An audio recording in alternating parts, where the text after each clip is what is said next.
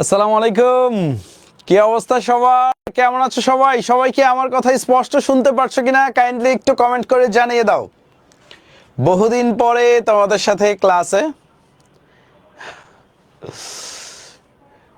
কিয়া হালচাল, পড়ালেখা কেমন চলতেছে তোমাদের? এফআরবি তো শেষের দিকে, রিভিশনের কোর্স তো শেষের দিকে, তোমাদের পড়ালেখা কি আদৌ শেষ হয়েছে? অবুঝ মন তো বলে বেড়াবে এফআরবিও শেষ হয়ে গেল, কিন্তু আমার পড়া তো শেষ হইল না, তাই না? মনের ভিতর কি মনের ভিতর কি এই কথাটি বাস্তছে কিনা যে এফআরবি শেষ হয়ে গেল, ফাইনাল রিভিশন কোর্স শেষ হয়ে গেল, কিন্তু আমার রিভিশন শেষ হইল না। কষ্ট। আচ্ছা, ভয়েস ক্লিয়ার না? ভয়েস কি ঠিক আছে?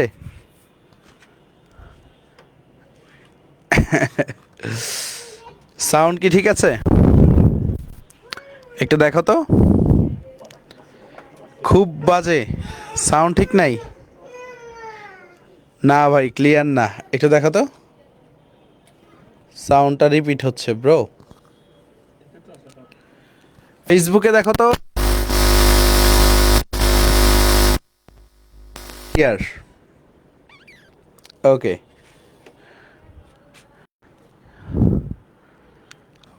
এ ভাই সাউন্ড ওয়েব অ্যাপের প্রবলেম। ওয়েব অ্যাপ থেকে বের হয়ে আবার ঢুকো তো। ফেসবুকে ক্লিয়ার, ওয়েব অ্যাপে সমস্যা করতেছে। এটা মানে নেটওয়ার্ক ইস্যু।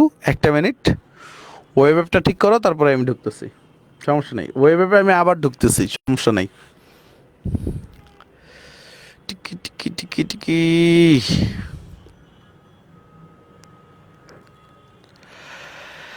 এই ওয়েব অ্যাপওয়ালারা, তোমরা একটু বলো তো এখন ঠিকঠাক আছে কিনা। এখন ঠিক না হইলে আর কিছু করার নাই। এখনো প্রবলেম? কি হয়েছে? ওয়েব অ্যাপে কি হইলো? আচ্ছা, যারা ওয়েব অ্যাপে আসো একটু কষ্ট করে তাহলে ফেসবুকে এসে পড়ো এখন, নাইলে ক্লাসটা নষ্ট হয়ে যাবে। ফেসবুকে ঠিক আছে, বাট ওয়েব অ্যাপে সমস্যা। ঠিক আছে, ওকে, আসো। ওয়েব অ্যাপে সমস্যা হইলে ফেসবুকে আইসো একটু।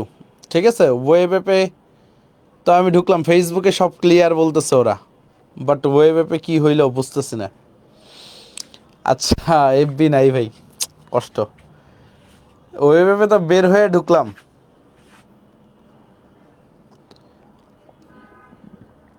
আচ্ছা, ভিডিওটাই আসতেছে না। হ্যাঁ, এই আরেকবার একটু দেখো তো।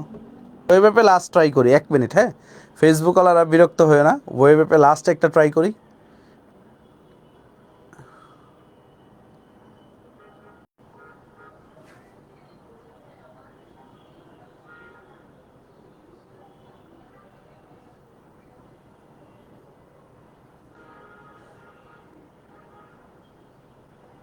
এখন দেখো তো, এখন দেখো তো ওয়েব অ্যাপে দেখা যায় কি না।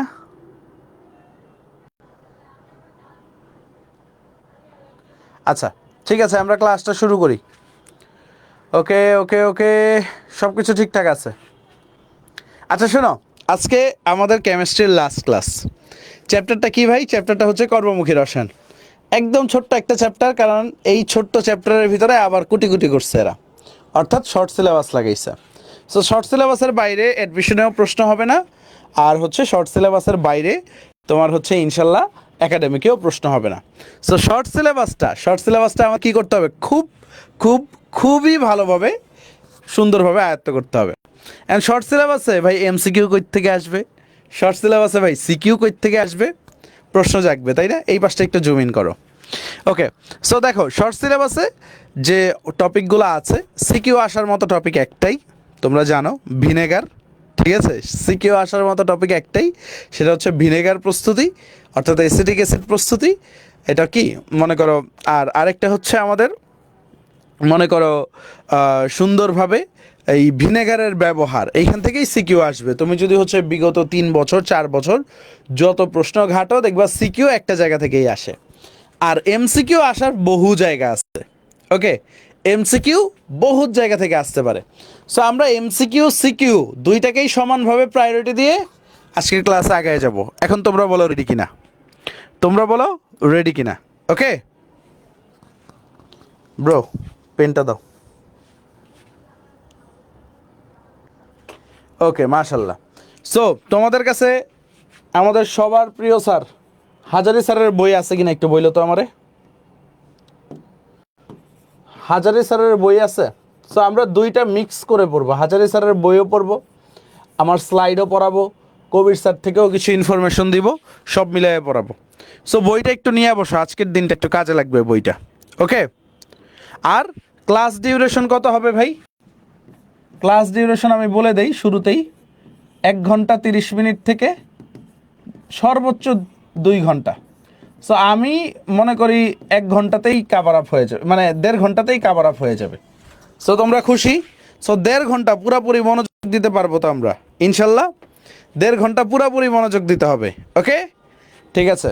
সো এখন আসো, এখন আসো, খেয়াল করো। আমরা শুরুতেই দেখবা হাজারি স্যারের বইয়ে এই জিনিসগুলো আছে, এগুলো এমসিকিউর জন্য। এই স্লাইডটা আমি একটু বলে দিই। আমাদের খাদ্য নিরাপত্তার যে নীতি আছে, এই নীতিটা 3টা ভিত্তির উপর প্রতিষ্ঠিত। খাদ্য নিরাপত্তার নীতিটা কয়টা ভিত্তির উপরে দেখো, স্লাইডে কিছু জিনিস পড়াবো, স্লাইড ক্লাস শেষে দিয়ে দিব, টেনশন করার কোনো দরকার নাই। ওকে, আর কোনো স্যারের বই নিয়ে মারামারি করারও দরকার নাই।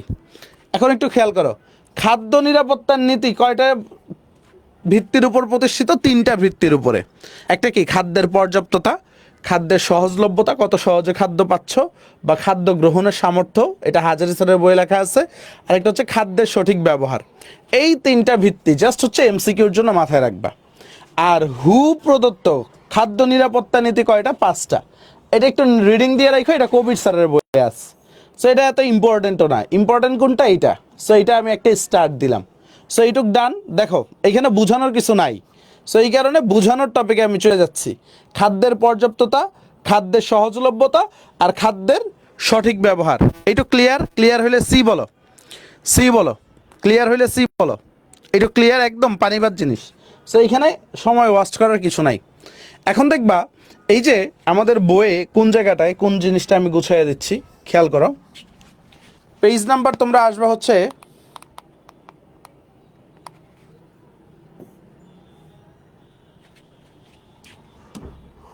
ওকে ওকে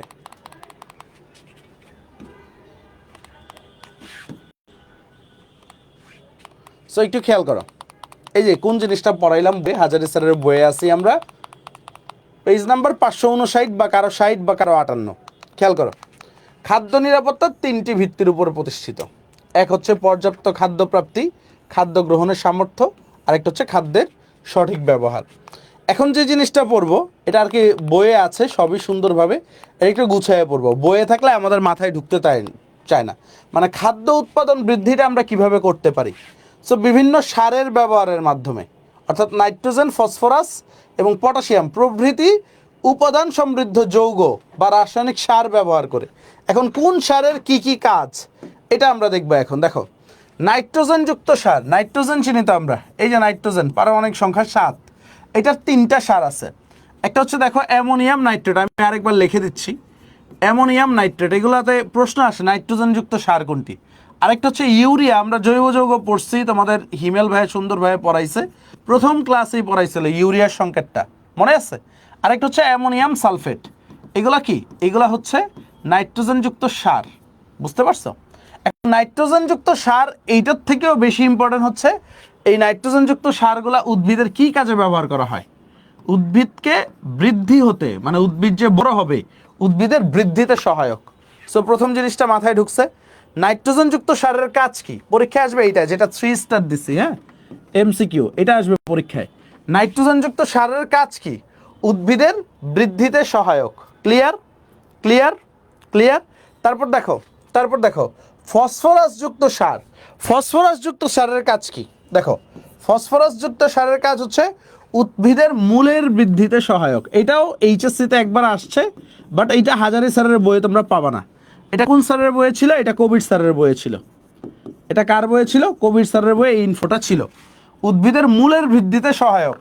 তাহলে দেখো দুইটা জিনিস প্যাচ লেগে যেতে পারে, কিন্তু একটা হচ্ছে উদ্ভিদের বৃদ্ধিতে, আরেকটা কি উদ্ভিদের মূলের বৃদ্ধিতে। ঠিক আছে, একটা কি উদ্ভিদের বৃদ্ধিতে, আরেকটা কি উদ্ভিদের মূলের বৃদ্ধিতে। তো দুইটা কি প্যাচ লাগবে? প্যাচ লাগবে কিনা একটু কমেন্ট করে জানাও তো, দুইটা কি প্যাচ লাগবে? Yes or not? প্যাচ লাগবে কিনা? ওকে, প্যাচ লাগার কোনো কথা নাই। ওকে, ঠিক আছে। তারপরে আসেন পটাশিয়ামযুক্ত সার, এদের কাজ কি? ঠিক আছে, পটাশিয়ামযুক্ত সারের কাজ উদ্ভিদের ফুল ফল ধারণে সহায়ক। তো তিনটা সারের তিনটা কাজ, এই তিনটা কাজ আমাদের লাগবে, তিনটা সারের তিনটা কাজ এটা লাগবে। ওকে, ক্লিয়ার সবাই?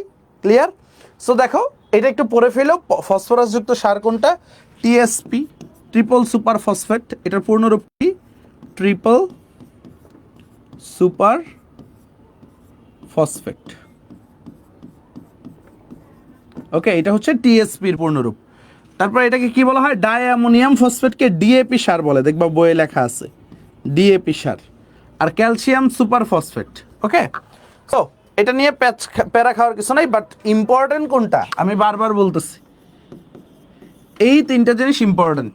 পটাশিয়াম উদ্ভিদের বৃদ্ধিতে, ফসফরাস উদ্ভিদের মূলের বৃদ্ধিতে, আর তোমার হচ্ছে আমাদের সর্বশেষে আছে নাইট্রোজেন হচ্ছে উদ্ভিদের বৃদ্ধিতে, ফসফরাস হচ্ছে উদ্ভিদের মূলের বৃদ্ধিতে, আর হচ্ছে পটাশিয়াম উদ্ভিদের ফুল ফল ধারণে সহায়ক। ওকে, ডান।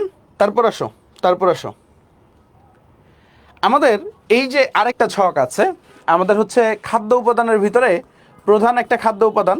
দেখো কি কি প্রধান খাদ্য উপাদান, সেটা হচ্ছে শ্বেতসার, ঠিক আছে, বা শর্করা জাতীয় কার্বোহাইড্রেট যেগুলোকে বলি আমরা, আমিষ বা প্রোটিন আছে, মানে প্রধান যে খাদ্য উপাদানগুলা, তেল বা চর্বি বা স্নেহ আছে, ভিটামিন আছে, খনিজ লবণ আছে, আর পানি আছে। এই যে খাদ্য উপাদানগুলো এদের কাজ। আচ্ছা ভাই, এটা তো হাজারি স্যারের বইয়ে নাই, এটা হচ্ছে কবির স্যারের বইয়ে আছে। হ্যাঁ, এই বক্সটা কোথায় আছে? কবির স্যারের বই। এইখান থেকে কিছু এমসিকিউ আসে, বোর্ডে আসে, তাই হচ্ছে আমি এই বক্সটা রেখেছি। ওকে, আচ্ছা ভাই, সাউন্ড প্রবলেম। আচ্ছা, ওয়েবে আমি কয়েকবার চেষ্টা করছি, ফেসবুকে ঠিক আছে, বাট ওয়েবে সাউন্ডটা প্রবলেম করতেছে। ওকে, সো একটু ব্রো আরেকবার বের হয়ে ঢুকো তো।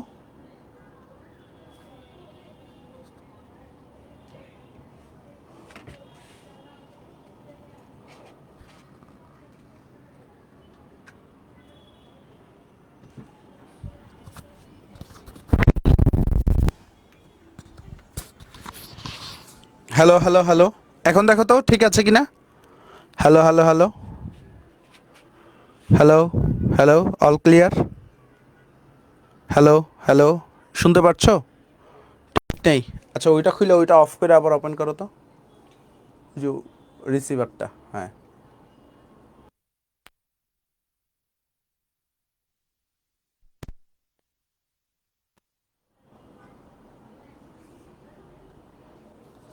Hello hello hello hello hello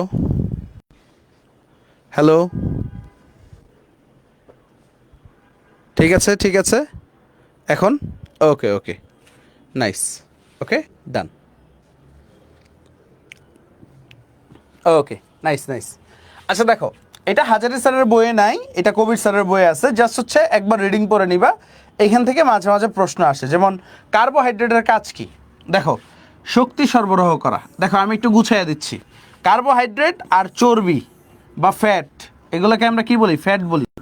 ঠিক আছে, ভাইয়ের শরীরে যা দেখো সব কি ফ্যাট। এগুলো কি করে? শরীরে শক্তি সরবরাহ করে। বুঝা গেছে? সো এই যে কার্বোহাইড্রেট আর হচ্ছে ফ্যাট যেগুলো আছে, এগুলো কি করে? দেহের শক্তি সাধন করে। আর প্রোটিন কি কাজ করে? প্রোটিন দেহের বৃদ্ধি সাধন করে। সো দেখো, প্যাচ লাগে পরীক্ষার হলে এই দুইটা নিয়েই, কোনটা শক্তি সাধন করে, একবার পরীক্ষায় প্রশ্ন আসবে কোনটা শক্তি সাধন করে, ঠিক আছে, আর কোনটা দেহের বৃদ্ধি সাধন করে। ঠিক আছে, ওকে, ক্লিয়ার ক্লিয়ার ক্লিয়ার, ডান ডান ডান। আচ্ছা, বাচ্চাকালের পড়া, ইয়েস। ভিটামিন কি করে? পুষ্টি ও দেহ সংরক্ষণ করে। খনিজ লবণ দেহের গঠনে কাজ করে। আঁশ জাতীয় পদার্থ কোষ্ঠকাঠিন্য, আর পানি দেহের গঠন করে। সো দেখো, এই ভিটামিনটা শুধু পড়ে রাখবা। পুষ্টি ও দেহ সংরক্ষণ করে। আচ্ছা, অনেকে বলতেছো নোট করা লাগবে কিনা, এই স্লাইডটা তো আমি ক্লাস শেষে দিবই, এখন জাস্ট দেখে রাখো। সো এই 4টা পয়েন্ট মনে রাখতে পারবা কিনা? মনে রাখতে পারলে ইয়েস বলো। এই 4টা পয়েন্ট মনে রাখতে পারলে ইয়েস বলো, বেশি কিছু না। এই 4টা পয়েন্ট মনে রাখতে পারলে ইয়েস বলো। মানে তোমাকে বলবে শ্বেতসার ও শর্করার কাজ কি? দেহের শক্তি জাগানো। চর্বি বা স্নেহ জাতীয় খাদ্য বা ফ্যাটের কাজ কি? শক্তি সরবরাহ করা। দেহের বৃদ্ধি সাধন করে প্রোটিন। আর ভিটামিন কি কাজ করে? পুষ্টি এবং দেহ সংরক্ষণ করে। ঠিক আছে? ওকে, ক্লিয়ার? ক্লিয়ার? ওকে, নাইস। এখন আসো, আমাদের এইটুকু লাগবে না, এইটাও লাগবে না। ওকে, আমাদের এখন বিভিন্ন, একটু খেয়াল করো, বিভিন্ন ধরনের ভিটামিন আছে। ঠিক আছে? এই ভিটামিনের কোনটা চর্বিতে দ্রবণীয় আর কোনটা পানিতে দ্রবণীয়, এটা পরীক্ষায় বেশি আসে। একটু খেয়াল করো, কোনটা চর্বিতে দ্রবণীয় আর কোনটা পানিতে দ্রবণীয়, এটা বেশি আসে। এখন দেখো, ভিটামিন এ, ডি, ই, কে, এটা হচ্ছে চর্বিতে দ্রবণীয়। আগে মনে রাখবা চর্বিতে দ্রবণীয়। আর পানিতে কি? ভিটামিন বি আর সি। সো আমি এইভাবে মনে রাখতাম, দেখো একটু মনোযোগ দাও, সবাই ফোকাস করো। আমি মনে রাখতাম হচ্ছে ক্যাডা বিসি। ঠিক আছে? মানে বিসিতে আমরা কি পড়ি? বিসির ফুল মিনিং কি? বোকা ছেলে। ঠিক আছে? সো বোকা ছেলে, তো এটা আমি জিজ্ঞেস করতেছি ক্যাডা বোকা ছেলে, মানে আমাদের আঞ্চলিক ভাষায়। ওকে, আমাদের আঞ্চলিক ভাষায় আমরা জিজ্ঞেস করতেছি ক্যাডা বিসি। ওকে, তো ক্যাডা হচ্ছে চর্বিতে দ্রবণীয় আর বিসিটা হচ্ছে পানিতে দ্রবণীয়। সো ক্যাডার ভিতরে কি আছে? Vitamin K, vitamin E, vitamin D আর ভিটামিন এ। Okay, clear? এই দেখো, vitamin K, vitamin E, vitamin D, vitamin A, ক্যাডা মনে রাখবা। আর হচ্ছে বিসি, ভিটামিন বি এর ভিতরে কি কি থাকবে? ভিটামিন বি1, তারপরে বি2, বি2 এর পরে বি6 থাকবে। আর এই 1-2 মিলিয়ে কি হয় দেখো তো? 12, বা 6-এর ডাবল 12। এই 4 ধরনের ভিটামিন থাকবে, 1, 2, 6, 12। মনে থাকবে তো? ওকে, 1, 2, 6, 12। ক্লিয়ার? ভাই ভার্সিটি ব্যাচ নিয়ে কিছু বলেন। ভার্সিটি ব্যাচ লঞ্চ হবে জুন মাসের ফার্স্ট উইকে। আর কেউ কেউ জিজ্ঞেস করতেছে ভাই অফলাইন এক্সাম ব্যাচ নিয়ে কিছু বলেন।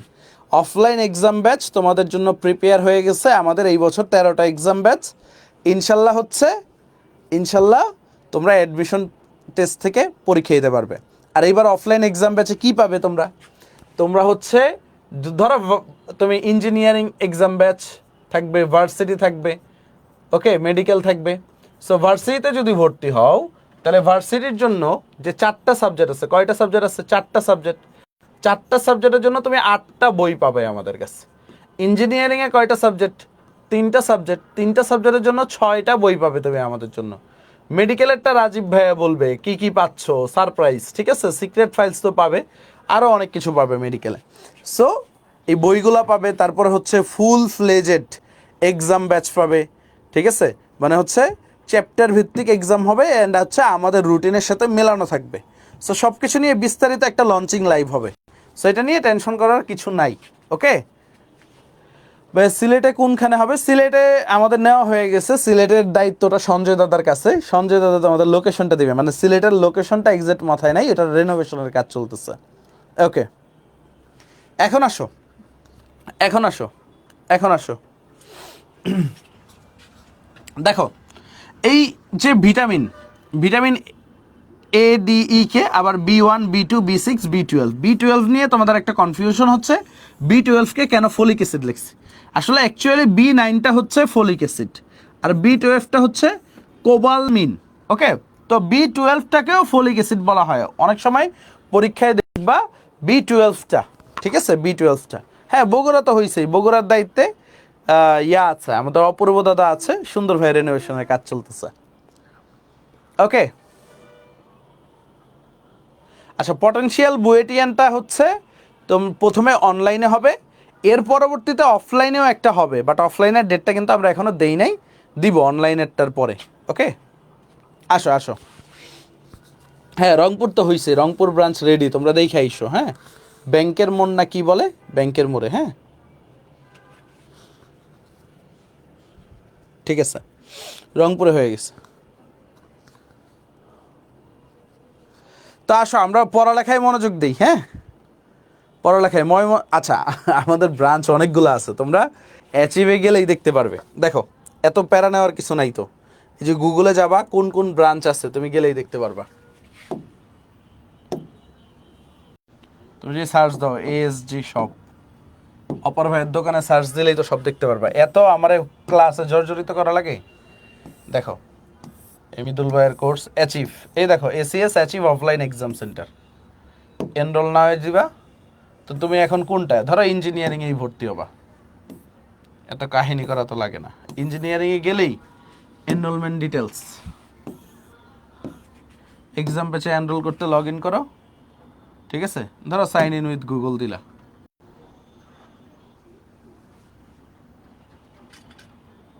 একটা সিম্পল, ঠিক আছে। কোর্সটিতে এনরোল করো। তো তুমি এই যে সিলেট ব্রাঞ্চে গেলেই তো দেখতে পারবা কয়টা ব্রাঞ্চ আছে। এই যে দেখো মতিঝিল, চট্টগ্রাম, মিরপুর, কুষ্টিয়া, ময়মনসিংহ, রংপুর, ফার্মগেট, উত্তরা, খুলনা, বরিশাল, বগুড়া, রাজশাহী। আর কিছু লাগবে, ঠিক আছে। সিলেটটাও অ্যাড হবে, সিলেটটা নাই আপাতত, সিলেটটা অ্যাড হবে। হ্যাঁ, সো কই কই ব্রাঞ্চ আছে তোমরা গিয়ে দেখে নিতে পারবা। হ্যাঁ, এরপরে তোমার ঘরের মধ্যে ব্রাঞ্চ দিয়ে দিব। ওকে, প্রত্যেকটা ঘরেই একটা করে অফলাইন এক্সাম ব্রাঞ্চ, ঠিক আছে। আর কিছু, আসো আসো আসো আসো। ওকে ওকে, পানিতে দ্রবণীয় কোনগুলা, দেখো পরীক্ষা এটাই আসবে, কোনগুলা পানিতে দ্রবণীয়। বি আর সি, ভিটামিন বি1, বি2, বি6, বি12 আর সিটা। এখন আসো এইখানে কোন ভিটামিনের অভাবে কোন রোগ হয়, এটা পরীক্ষায় আসবে। রেডি কিনা দেখো, কোন ভিটামিনের অভাবে কোন রোগ হয়, খেয়াল করো। ভিটামিন এ এর অভাবে সবাই তো জানো রাতকানা রোগ হয়। ভিটামিন ডি এর অভাবে কি হয়, রিকেটস রোগ। তারপর দেখো আমাদের হচ্ছে বি1 লাগবে, হ্যাঁ, বেরি বেরি রোগ হয় বি1 এর অভাবে। তারপর দেখো বি2, বি2 এর নামটা কি, রিবোফ্লাভিন, এটা লাগবে। তারপর দেখো বি12 এর অভাবে কি হয়, রক্ত শূন্যতা হয়। ওকে, রক্ত শূন্যতা হয়। আর সি এর অভাবে, ভিটামিন সি এর অভাবে কি হয়, স্কারভি রোগ হয়। সো এই জিনিসগুলো একটু মনে রাখতে পারবে না বাবা? এই কয়েকটা জিনিস, যে কয়েকটা দাগায় দিচ্ছি, মনে রাখতে পারবা কিনা? ওকে, ক্লিয়ার? এইগুলো স্কিপ করলে সমস্যা হবে। হ্যাঁ সমস্যা হবে, এগুলো থেকে এমসিকিউ আইসা পড়বে, এইচএসসিতে না আসলেও অ্যাডমিশনে আসবে। ওকে, এগুলো স্কিপ করলে সমস্যা হবে। ক্লিয়ার?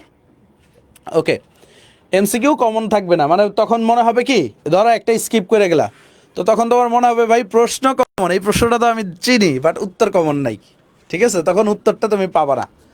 ওকে, দেখো তারপর আসো, এখানে ভিনেগার এসে পড়ছে, আমরা বয়ে যাই, ঠিক আছে।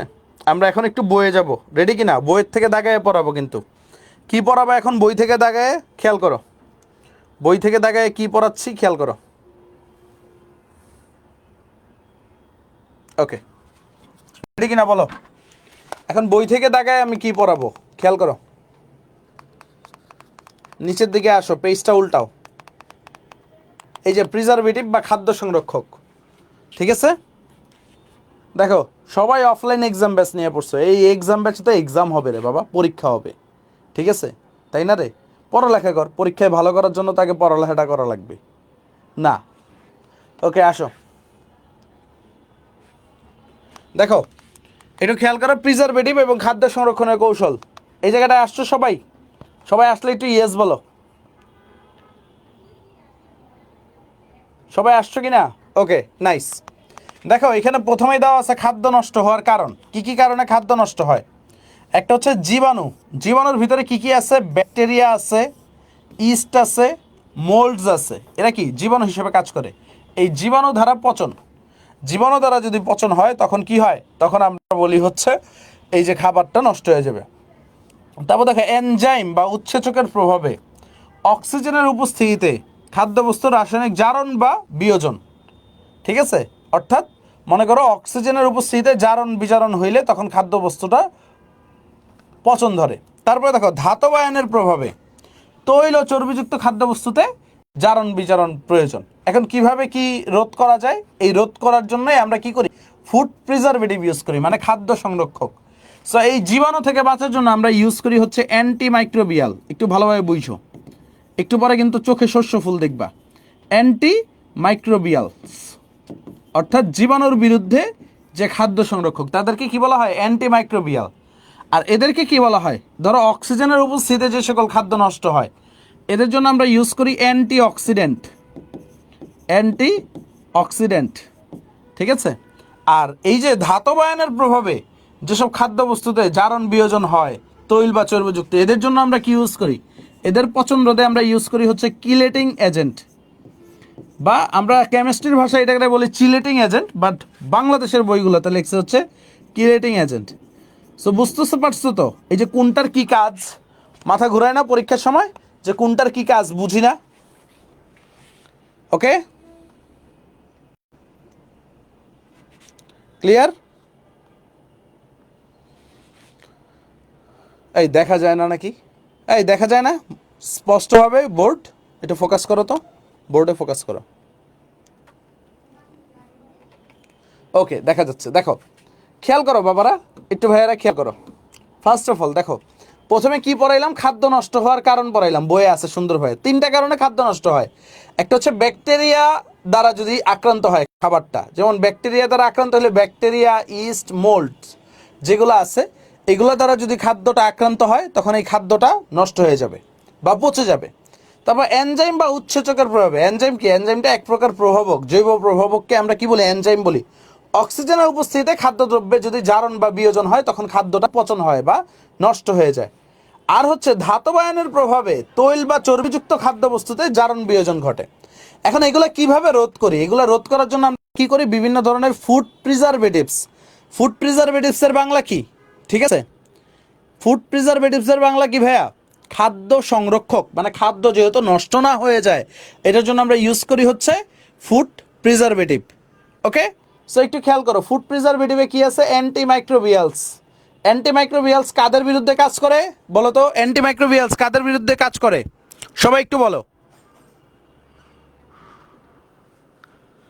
দেখো ওয়েবে বলার আমার আজকে গালি দিও না, ঠিক আছে, কারণ হচ্ছে আমি তো 2 জায়গায় সাইমালটেনিয়াসলি লাইভ নিচ্ছি, আমার এর থেকে কোনো প্রবলেম নাই, মানে ফেসবুকে সাউন্ডটা ক্লিয়ার, বাট ওয়েব অ্যাপে একটু ঝামেলা হচ্ছে। ওয়েব অ্যাপে আমি অনেকবার বের হয়ে ক্লাসটায় ঢুকছি, আমার ডিভাইসে যদি প্রবলেম থাকতো তাহলে ফেসবুকেও প্রবলেম হতো, ওয়েব অ্যাপেও।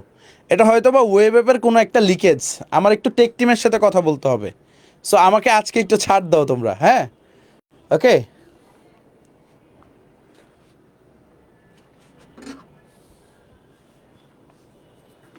আচ্ছা দেখো, এনজাইম বা উৎসেচকের প্রভাবে অক্সিজেনের উপস্থিতিতে কি হয়, এনজাইম বা উৎসেচক মানে অক্সিজেন দ্বারা যে ধরনের বস্তুর জারণ হয় বা বিয়োজন হয়, তো তাদের জন্য আমরা কি করি, অ্যান্টিঅক্সিডেন্ট ইউজ করি ওই ধরনের পচন থেকে রোধ করার জন্য। আর ধাতব আয়নের প্রভাবে যেগুলো নষ্ট হয় সেগুলোর জন্য আমরা কিলেটিং এজেন্ট ব্যবহার করি। এখন আসলে আমরা ফুড প্রিজারভেটিভ নিয়ে বিভিন্ন ধরনের পড়ালেখা পড়বো। দেখো এখানে কি আছে, ফুড প্রিজারভেটিভ আছে, দেখো খাদ্য সংরক্ষক বা ফুড প্রিজারভেটিভ। এখন এটা সংজ্ঞাটা পড়ে রাখবা, ক নাম্বারের প্রশ্ন আসে কিনা আমাদের বলো তো স্যার, ক নাম্বারের প্রশ্নগুলো আমাদের আসে দেখেন তো। এই চ্যাপ্টার থেকে যদি ক নাম্বারের প্রশ্ন আসে, খাদ্য সংরক্ষক বা ফুড প্রিজারভেটিভ বলতে কি বুঝো। দেখো যেসব রাসায়নিক পদার্থ অল্প পরিমাণে খাদ্যবস্তুর সাথে মিশিয়ে, মানে এমন একটা রাসায়নিক পদার্থ যেটা আমি খাদ্যবস্তুর সাথে মিশাবো, ধরো এই একটা কেমিক্যাল, এই হচ্ছে তোমার ফুড, এই ফুডের সাথে এই কেমিক্যাল মিশাবো অল্প পরিমাণে, মিশিয়ে বস্তুকে ফাঙ্গাস বা ব্যাকটেরিয়ার আক্রমণ থেকে খাদ্যবস্তুর এনজাইমের প্রভাবে পচন রোধ করে। ধরো এখানে যদি একটা ব্যাকটেরিয়া থাকতো, ব্যাকটেরিয়া তো এমন না, রাজীব ভাই তো আমার পিটাবে দইরা, ঠিক আছে, ব্যাকটেরিয়া কেমন, ঠিক, ওকে, দেখো ব্যাকটেরিয়া হচ্ছে তোমার একটু লম্বাটে, হ্যাঁ, এই এই এই এই হচ্ছে, যাও কেমিস্ট্রির ব্যাকটেরিয়া এটা, হ্যাঁ। ধরো এই ব্যাকটেরিয়াটা অ্যাটাক করতে চাচ্ছে, এই ব্যাকটেরিয়া অ্যাটাক থেকে বাঁচানোর জন্য দেখো ব্যাকটেরিয়ার আক্রমণ অথবা খাদ্যবস্তু এনজাইমের প্রভাবে পচন রোধ করা হয়, এই কেমিক্যালটা খাবারের সাথে মিশে পচন রোধ করে বা ব্যাকটেরিয়ার আক্রমণ থেকে বাঁচায়, সেই কেমিক্যালটাকে কি বলা হয়, খাদ্য সংরক্ষক বা ফুড প্রিজারভেটিভ। ফুড প্রিজারভেটিভের সংজ্ঞাটা বুঝছি, বুঝলে 1 লেখেন সবাই, বুঝলে 1 লেখেন সবাই, বুঝলে 1 লেখেন সবাই। Okay nice. এখন আসেন, ফুড প্রিজারভেটিভ 2 ধরনের। এই চ্যাপ্টারে যা কিছুই দেখবা তোমরা, এই চ্যাপ্টারে তোমরা যা কিছুই দেখবা সবই 2 ধরনের। দেখো কিভাবে, একটা হচ্ছে ন্যাচারাল প্রাকৃতিক, একটা হচ্ছে আর্টিফিশিয়াল বা কেমিক্যাল ফুড প্রিজারভেটিভ, ঠিক আছে, বা কৃত্রিম যেটাকে আমরা বলি। সো প্রথমেই প্রাকৃতিকগুলো থেকে এমসিকিউ বেশি আসে, সো আমরা প্রাকৃতিকে চলে যাব। একটু খেয়াল করো প্রাকৃতিক কি, দেখো দেখো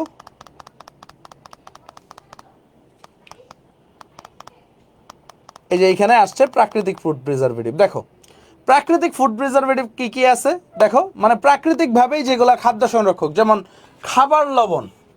খাবার লবণ আমরা প্রাকৃতিক ফুড প্রিজারভেটিভ অন্যতম, এবং খাবার লবণ দ্বারা খাদ্য সংরক্ষণ পদ্ধতিকে কি বলা হয়? কিউরিং। দেখো এটা প্রচুর ইম্পর্ট্যান্ট একটা এমসিকিউ, কিন্তু 3 স্টার বোর্ডের জন্য 3 স্টার এমসিকিউ, কিউরিং। দেখবা আমরা একটু পরে যখন এমসিকিউ সলভ করবো না, এখান থেকে আসতেছে। কিভাবে আসতেছে দেখো, পচনশীল খাদ্যবস্তুকে খাদ্য লবণের গাঢ় দ্রবণ দ্বারা সংরক্ষণ প্রক্রিয়াকে কি বলা হয়? সোডিয়াম ক্লোরাইডের গাঢ় দ্রবণ দ্বারা খাদ্য সংরক্ষণ প্রক্রিয়াকে কি বলা হয় বলো তো? গাঢ় লবণ দ্বারা খাদ্য সংরক্ষণ প্রক্রিয়াতে কি বলা হয়?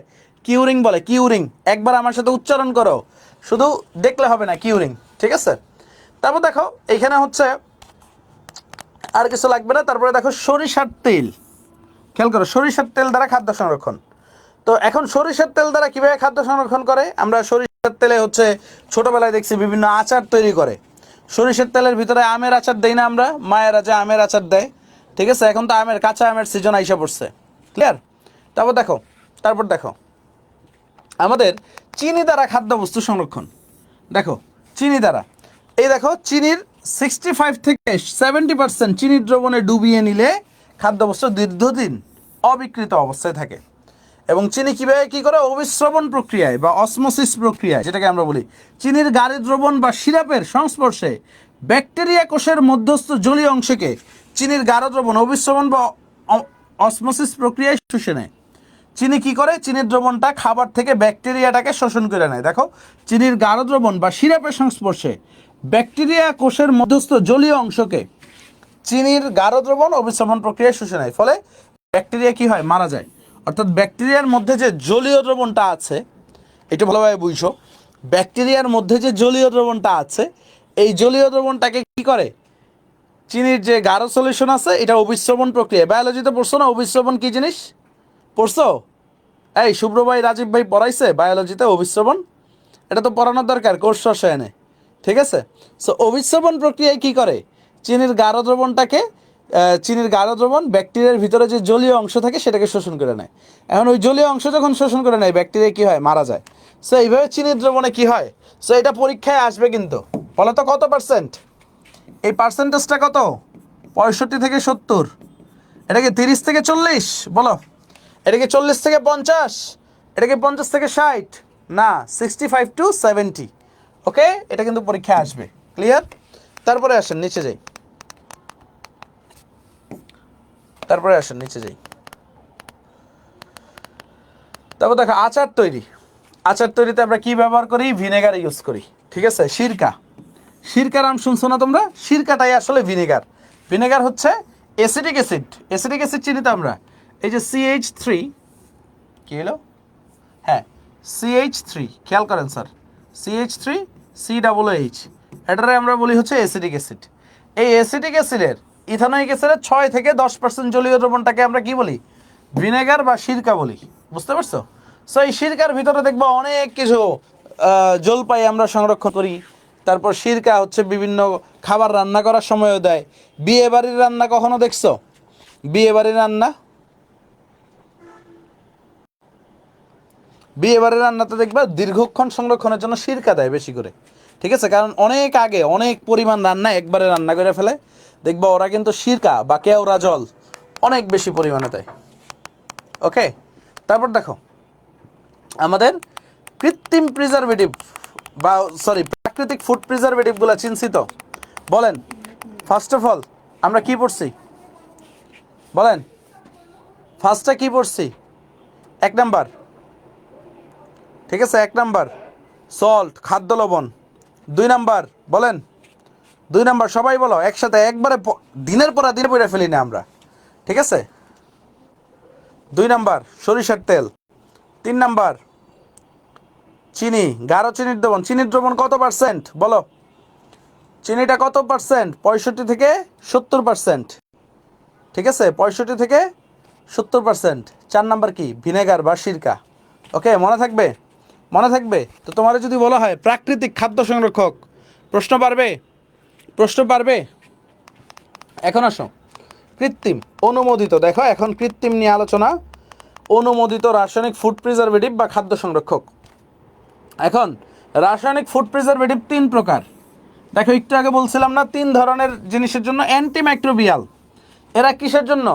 ব্যাকটেরিয়া দ্বারা যে সকল খাদ্য পচন হয়, ব্যাকটেরিয়ার আক্রমণে বা বিভিন্ন জীবাণুর আক্রমণে যে সকল খাদ্যের পচন হয় তাদেরকে বাঁচানোর জন্য কাদেরকে দরকার? অ্যান্টিমাইক্রোবিয়াল।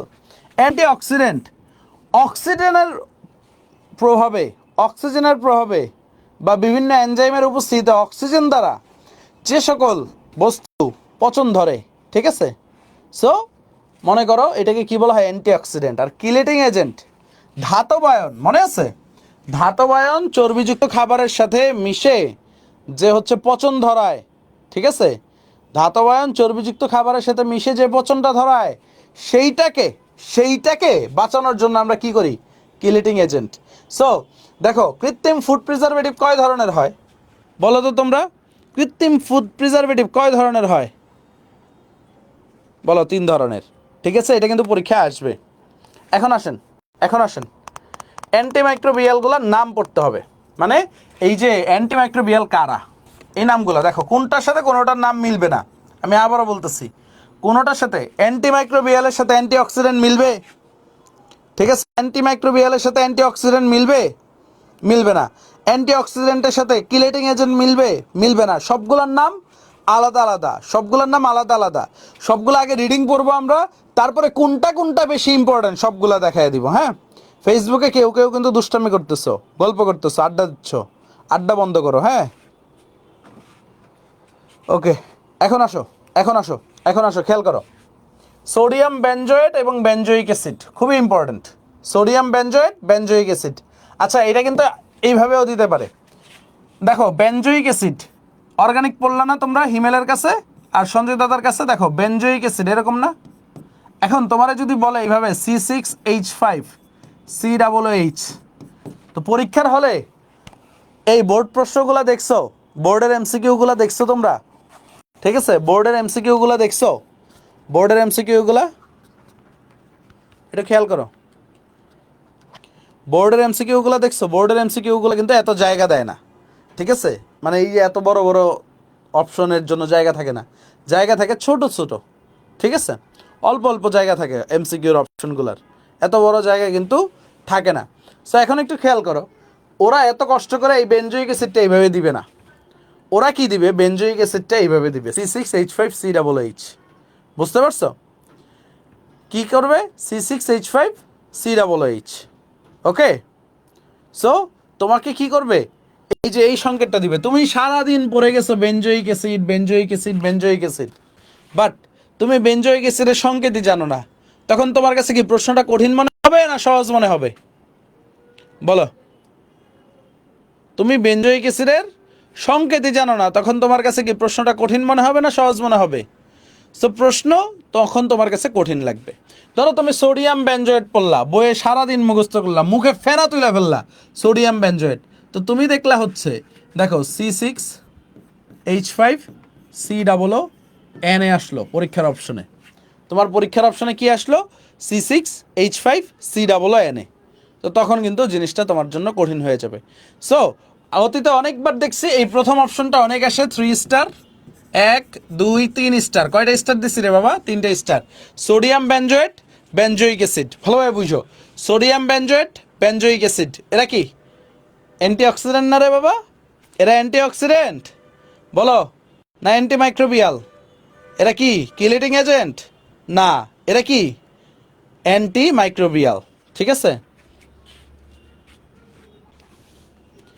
ইমতিয়াজ সানি, পড়ালেখার তো কোনো কাম নাই ভাই, নাম নেন প্লিজ, নাম নেন। কিরে তোর নাম নিয়ে কি হবে? এমনকি স্বর্ণাক্ষরে তোমার নামটা লিখে দিব, ACS এর ওয়ালে স্বর্ণাক্ষরে লিখে দিব ইমতিয়াজ সানি। সারাদিন কমেন্ট করতো, নাম নেন। ওকে, ঠিক আছে, তারপরে আসেন।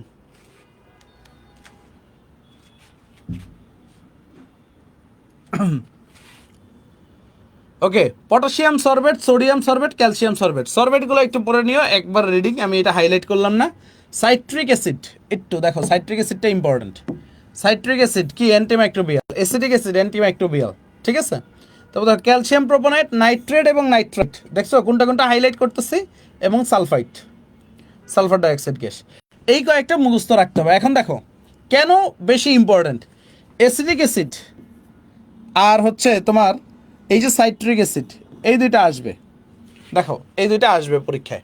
এরা কি অ্যান্টিমাইক্রোবিয়াল, ভালোভাবে পড়ো, অ্যান্টিমাইক্রোবিয়াল।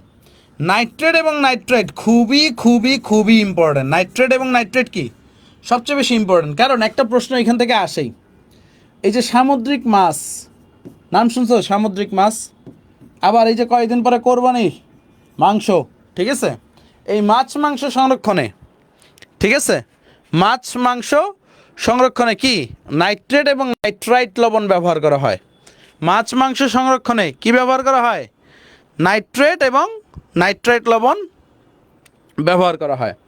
তারপর দেখো এই যে সোডিয়াম বেনজয়েড, এই তোমরা চিপস খাও কে কে এখনো, চানাচুর, তারপরে চিপস, এগুলা কারা কারা খাও বলো তো রে বাবা, চানাচুর চিপস এগুলো কারা কারা খাও এখনো? মা গো মা, এত বড় হয়ে গেছো, বুঝতে মারা হয়ে গেছো, এখনো চিপস খাওয়া ছাড়ো নাই? হ্যাঁ, আচ্ছা যাই হোক, আমরাও খাই। কোন চিপসটা ভাল লাগে? আমার কাছে এখনও পটেটোটাই ভাল লাগে, ঠিক আছে। এই পটেটো চিপস খেয়ে খেয়ে পটেটোর মতো ফুলে গেছি। ওকে, সো পরীক্ষায় বেশি আসে চানাচুর আর চিপস, চানাচুর আর চিপস, এটা কি সোডিয়াম বেনজয়েড আর বেনজোইক অ্যাসিড, এগুলো সংরক্ষণে। তারপর মাছ মাংস, এই দুটা বেশি আসে পরীক্ষায়। তারপর দেখো আরও জিনিস আছে, পড়াই দিচ্ছি, পরের পেজটায় যাই আমরা। রেডি আছো পরের পেজে যাওয়ার জন্য? পরের পেজে যাওয়ার জন্য তোমরা রেডি আছো? দেখো পরের পেজে সোডিয়াম বেনজয়েড, দেখো সোডিয়াম বেনজয়েড এরা কি অ্যান্টিমাইক্রোবিয়াল, এদের ব্যবহারটা কি দেখো। এই যে দেখো চানাচুর, চিপস, বিভিন্ন পনির, সালাদ, বিভিন্ন ফলের আচার এবং tomato sauce. Wow, tomato sauce দেখলে তো আমরা সিঙ্গারা একটা জায়গায় 5টা খাইয়ে ফেলাই। হ্যাঁ, সো টমেটো সস, হ্যাঁ, চানাচুর, চিপস, বিভিন্ন পনির, সালাদ, বিভিন্ন ফলের আচার এবং টমেটো সস, এগুলা কি সোডিয়াম বেনজয়েড, বেনজোইক অ্যাসিড। আচ্ছা, অনুমোদনের সর্বোচ্চ মাত্রা মানে কতটুকু ইউজ করতে পারবা বলো তো, কতটুকু ইউজ করতে পারবা? সবাই একটু কমেন্ট করে জানাও কতটুকু ইউজ করতে পারবা। 0.1%। ওকে, 0.1%। ওকে, এখন মেয়েরা বলবে ভাই চিপসের কথা বললেন, dairy milk, Cadbury dairy milk, KitKat, এগুলো সংরক্ষণে কী ব্যবহার করা হয় বললেন না তো ভাইয়া। এগুলো তো আমাদের ফেভারেট, শুধু চানাচুর চিপস দিয়েই চলে গেলেন। তারপর দেখো পটাশিয়াম সরবেট, তারপর সোডিয়াম সরবেট, ক্যালসিয়াম সরবেট, এটা থেকে কম প্রশ্ন হয়, ঠিক আছে। সো এইটা হচ্ছে দই, মিষ্টি, পনির, মাখন, বেকারি সামগ্রী সংরক্ষণে কি সরবেট। হ্যাঁ, সরবেট কী কাজে ব্যবহার করা হয় দেখো, পটাশিয়াম সরবেট, সোডিয়াম সরবেট আর ক্যালসিয়াম সরবেট। সরবেটগুলো দই, মিষ্টি, এভাবে পড়বা, দই, মিষ্টি, পনির, মাখন। হ্যাঁ, দই, মিষ্টি। তারপর দেখো অ্যাসিটিক অ্যাসিড, এটা খেয়াল করো। অ্যাসিটিক অ্যাসিডে কি আসবে তোমার, পিএইচটা আসবে 4.74, আর সাইট্রিক অ্যাসিডের পিএইচ কত দেখো 3.14। দুইটা কিন্তু লাগবে, অ্যাসিটিক অ্যাসিড আর সাইট্রিক অ্যাসিড পিএইচ লাগবে। পারবা তো, মনে রাখতে পারবো তো? এগুলো কিন্তু পরীক্ষায় আসে, অ্যাসিটিক অ্যাসিডের পিএইচ, সাইট্রিক অ্যাসিডের পিএইচ, দুটো স্টার দিয়ে দিলাম ভাইয়া। অ্যান্ড ভাইয়া যা বলি ইনশাল্লাহ তাই আসবে, কিন্তু এটা একটু মাথায় রেখো। যেগুলো দেখায় দিচ্ছি সব কিন্তু দেখায় দিচ্ছি না, যেগুলো দেখায় দিচ্ছি এগুলো থেকে পরীক্ষায় আসবে। তারপর দেখো এই যে মেয়েদের, এই যে অ্যাসিটিক অ্যাসিড 6 থেকে 10% জলীয় দ্রবণ, ভিনেগার, হ্যাঁ, এটা কি হয়, আচার, ওয়াও, চাটনি, জিভে জল আইসা পড়ছে তাই না, সস প্রভৃতি সংরক্ষণে কি ব্যবহার, কি প্রভৃতি সংরক্ষণে হচ্ছে আমরা অ্যাসিটিক অ্যাসিড ব্যবহার করি। কি জিভে একদম জল আইসা পড়ছে, আসেন সামনে যাই। তারপর আসো, তারপর এই দেখো নাইট্রেট এবং নাইট্রেট, এটা সবচেয়ে বেশি ইম্পর্ট্যান্ট। নাইট্রেট এবং নাইট্রাইট, খেয়াল করেন, নাইট্রেট এবং নাইট্রাইট এগুলো কিসে দেখেন, মাংস ও মাছ, মাংসজাত খাদ্য সংরক্ষণে ব্যবহার করা হয়। অনুমোদিত মাত্রা 120 ppm, মাথায় রাখবা। তারপর দেখো সালফার ডাইঅক্সাইড বা সালফাইড লবণ, সালফার ডাইঅক্সাইড গ্যাস সরাসরি ব্যবহৃত হয় না, সালফাইড লবণ অথবা পটাশিয়াম সালফাইড, এরা কি কাঁচা ফল, ফলের রস, ফলের রস, এটা অনেকবার আসছে পরীক্ষায়। ফলের রস, যারা এই যে ফ্রেশ জুস খেতে পছন্দ করো, এটা না কিন্তু, হ্যাঁ, এটা প্রোহিবিটেড। ফলের রসটা মনে রাখবে, হ্যাঁ। সো ফলের রস, ফলের রস হচ্ছে সালফার ডাইঅক্সাইড। ফলের রস সংরক্ষণে কি ব্যবহার করা হয়? Sulphur dioxide. ওকে, ক্লিয়ার সবাই? ক্লিয়ার? আবার এটা খায় না কিন্তু, জীবন ধ্বংস। ওকে, জীবন ধ্বংস। সো শপথ করো জীবনে টাচ করবে না, নাকি অনেকে টাচ করে ফেলছো? ঠিক আছে, শপথ করো টাচ করবে না, নাকি টাচ করে ফেলছো? ওকে, সামনে যাই, আমরা সামনে যাই। ওকে, খেয়াল করি আমরা। দেখো, এখন আসেন অ্যান্টি অক্সিডেন্ট। খেয়াল করো, অ্যান্টিমাইক্রোবিয়াল মনে থাকবে তো? অ্যান্টিমাইক্রোবিয়ালগুলা নাম বলো, নাম বলো অ্যান্টিমাইক্রোবিয়ালগুলা। সো একটু আমার সাথে, রেডি স্টেডি গো। ঠিক আছে, এক নাম্বার, এক নাম্বার বলেন সোডিয়াম বেনজয়েট আর বেনজয়িক অ্যাসিড। তারপর কি দুই নাম্বারে কি? Sorbate, sodium potassium, sodium sorbate, potassium sorbate আর ক্যালসিয়াম সরবেট। আচ্ছা, সরবেট গেল। তারপরে কি? Acidic acid. তারপরে কি? Citric acid.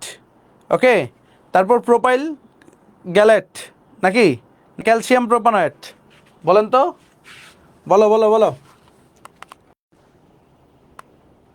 ক্যালসিয়াম প্রোপানয়েট, ক্যালসিয়াম প্রোপানয়েট মাথায় রাখবা, ক্যালসিয়াম প্রোপানয়েট। তারপর দেখো, তারপরে কি আছে? নাইট্রেট এবং নাইট্রাইট। তারপর হচ্ছে সালফার ডাইঅক্সাইড এবং সালফাইড লবণ। কয়েকবার পড়লে। একজন বলছে এমপি কি? এম দ্বারা মেল্টিং, পি দ্বারা পয়েন্ট, মেল্টিং পয়েন্ট অর্থাৎ গলনাঙ্ক। আর বিপি, বিপি কি? BP, B dot P, BP হচ্ছে বয়েলিং পয়েন্ট। ঠিক আছে, বয়েলিং পয়েন্ট অর্থাৎ স্ফুটনাঙ্ক। বিপি কি? বয়েলিং পয়েন্ট বা স্ফুটনাঙ্ক।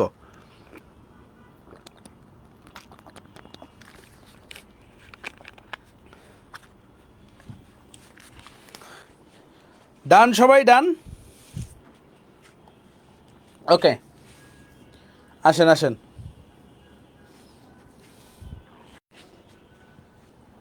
এখন আসো, আমাদের পড়তে হবে অ্যান্টি অক্সিডেন্ট। কি পড়তে হবে ভাই? Anti oxidant, antimicrobial. ক্লিয়ার তো? হ্যাঁ, আরেকবার পরে অ্যান্টিমাইক্রোবিয়ালগুলা। চোখ বন্ধ করো সবাই, সবাই চোখ বন্ধ করো। হ্যাঁ, কারো কোনো কমেন্ট দেখতে চাই না, চোখ বন্ধ করে আমার সাথে পড়ো। ঠিক আছে, দেখো, এক নাম্বার, এক number benzoic acid, sodium benzoate antimicrobial. দুই নাম্বার সরবেট। তিন নাম্বার অ্যাসিটিক অ্যাসিড। তারপরে চার নাম্বার ক্যালসিয়াম প্রোপানয়েট। পাঁচ নাম্বার সাইট্রিক অ্যাসিড। ছয় নাম্বার নাইট্রেট এবং নাইট্রাইট। সাত নাম্বার, সাত নাম্বার কি পড়ছে? সালফার ডাইঅক্সাইড এবং সালফেট লবণ। ক্লিয়ার? ক্লিয়ার? ডান ডান ডান।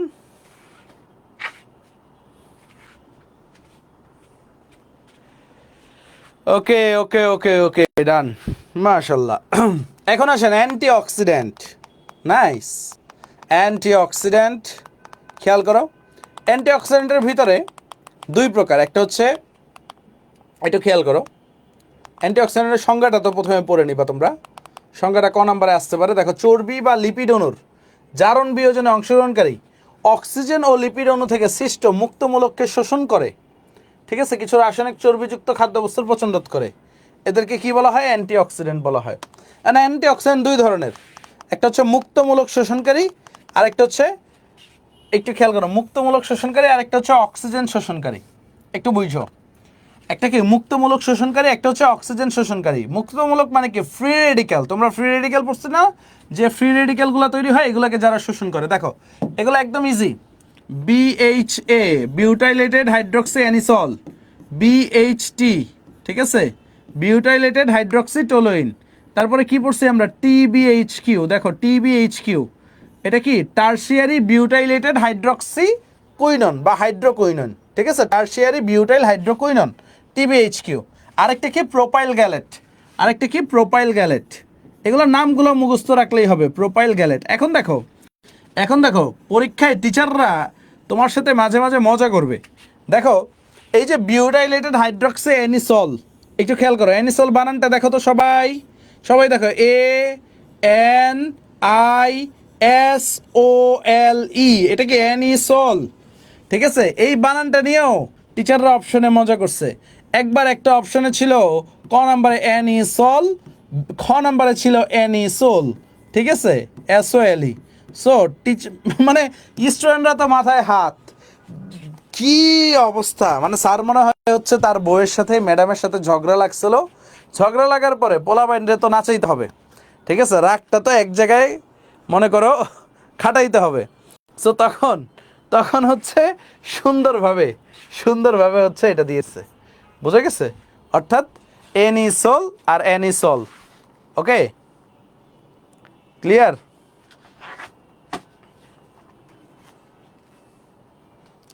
ক্লিয়ার? সো বানানটা একটু দেখে রাখো ভাইয়া, কিন্তু রিমাইন্ড দিয়ে দিচ্ছি, তোমার কিন্তু বানান সচরাচর আমরা কিন্তু দেখি না, আমরা অনেকেই বানান দেখি না, বানানটা একটু রিমাইন্ডার দিয়ে দিলাম। সো খেয়াল রাখো। সো বানানটা দেখছো অ্যানিসোল, SOLE, বারবার দেখো। সো আমাদের মুক্তমূলক শোষণকারী কারা? BHA, BHT, TBHQ আর প্রোপাইল গ্যালেট। আর অক্সিজেন শোষণকারী দেখো ভিটামিন E, ভিটামিন C আর সালফাইট। ভালোভাবে বুঝো, অ্যান্টি অক্সিডেন্ট মানে অক্সিজেন শোষণকারী অ্যান্টি অক্সিডেন্ট। আরেকটা আছে দেখো, আরেকটা আছে, সেটা হচ্ছে আমাদের আমাদের একটু দেখো, এটা হচ্ছে প্রাকৃতিক অ্যান্টি অক্সিডেন্ট কারা।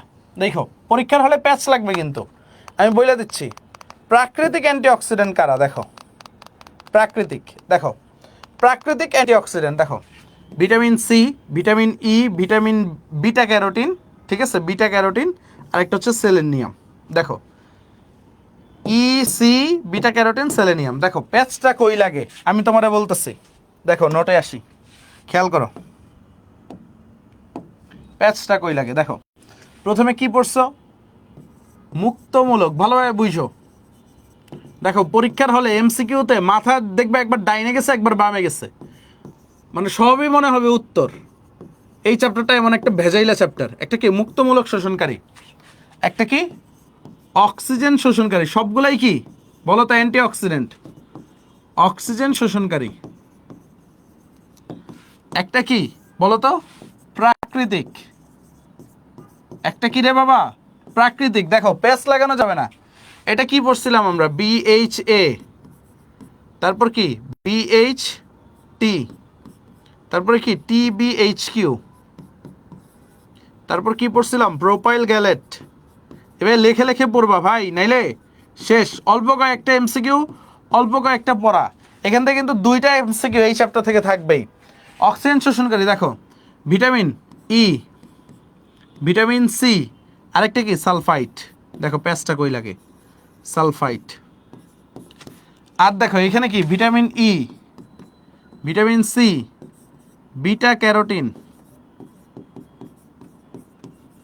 আর কি সেলেনিয়াম। বুঝছো পার্থক্যগুলা? ঠিক আছে, বুঝছো পার্থক্যগুলা? এক্সামে কিন্তু একদম ছিলিমিলি খেলবে, ঠিক আছে, একদম ছিলিমিলি খেলবে। কিছু কিছু বান্ধবী আছে না, তোমার সাথে একদিন প্রেমের অভিনয় করে তোমার সাথে একদিন ট্রিট নিয়ে পালিয়ে যায়, ঠিক সেমভাবে এইগুলা হচ্ছে তোমার ওই ধরনের বান্ধবীগুলা, ঠিক আছে? তুমি একটা সহজ সরল বালক, সুস্থ সবল বালক, তোমার সাথে ছিলিমিলি করে কিন্তু পালা যাবে। এই ছিলিমিলি কারা করবে? ছিলিমিলি করার জায়গাগুলো বলে দিই, ঠিক আছে? ধরো তুমি রমনা পার্কে ঘুরতে গেলে, তো তোমার রমনা পার্কটা হচ্ছে তোমার হচ্ছে কুমিল্লা বোর্ড, রাজশাহী বোর্ড, ঠিক আছে, যশোর বোর্ড, এই সকল বোর্ডের বাচ্চা কাচ্চারা, ঠিক আছে, সাবধান, এগুলো হচ্ছে প্লেস, তোমার সাথে ছলনা করার প্লেস, আর ছলনাকারী হচ্ছে এরা। সো সাবধান, ময়ে ময়ে হয়ে যাবে কিন্তু, হ্যাঁ, ময়ে ময়ে হওয়া যাবে না। রেডি? ওকে, সামনে যাই আমরা। সো অ্যান্টিমাইক্রোবিয়ালগুলো রিভাইজ হয়ে যাবে কিন্তু, হ্যাঁ, অ্যান্টিমাইক্রোবিয়াল খেয়াল করেন, অ্যান্টিমাইক্রোবিয়ালগুলো আমরা একটু রিভাইজ দিয়ে দেই। দেখেন ফার্স্ট অফ অল আমরা কি পড়ছিলাম? Benzoic acid, COOH। আরেকটা কি পড়ছিলাম? Sodium benzoate. তারপরে কি পড়ছিলাম? সরবেটগুলা, হ্যাঁ। তারপর কি পড়ছিলাম? Acetic acid. তারপরে কি পড়ছিলাম? Citric acid. তারপরে কি পড়ছিলাম স্যার, বলেন বলেন বলেন বলেন। তারপরে পড়ছিলাম হচ্ছে আমরা ক্যালসিয়াম প্রোপানয়েট, এগুলো অনেক বেশি ইম্পর্টেন্ট, অনেক। প্রোপানয়েট, তারপর নাইট্রেট ও নাইট্রাইট,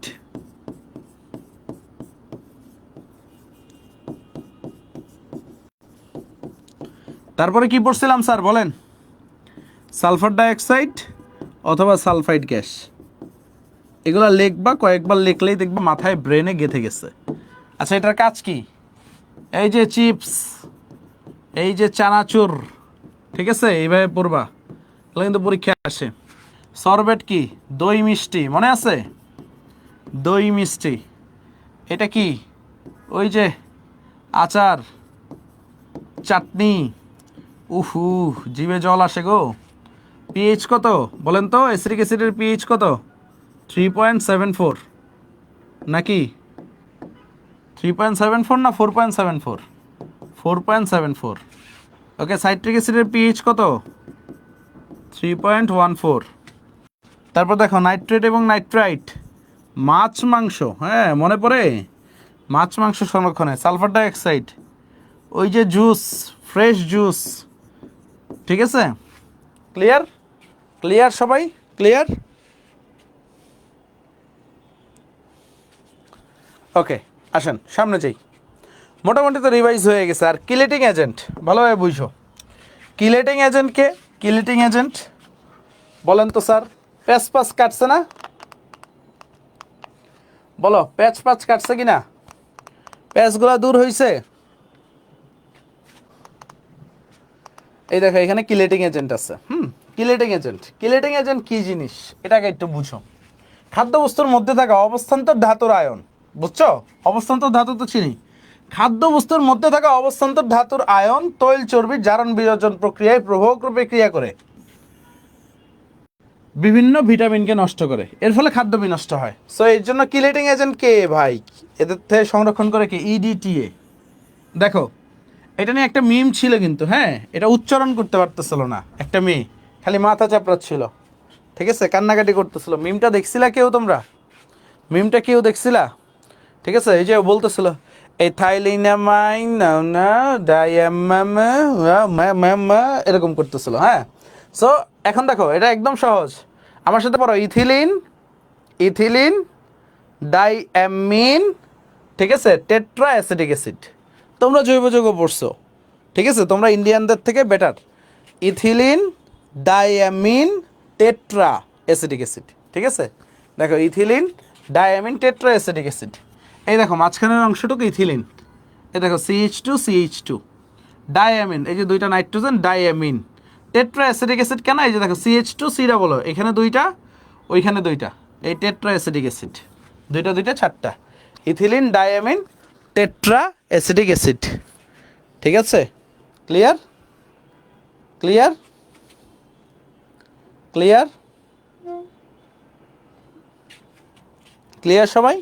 সো দেখো ফুড প্রিজারভেটিভগুলো কিন্তু তোমার ক্লিয়ার হয়ে গেছে। তারপর দেখো তুমি হয়তো বা লিখতে পারো নাই, বই থেকে তুমি রিভাইজ দিতে চাচ্ছ। তুমি কই থেকে রিভাইজ দিতে চাচ্ছ? ভাই আমি বই থেকে সবগুলো একবারে রিভাইজ দিব। দেখো বইয়ে সুন্দর একটা ছক দেওয়া আছে, দেখো তোমাদের কষ্ট পাওয়ার কোনো কারণ নাই।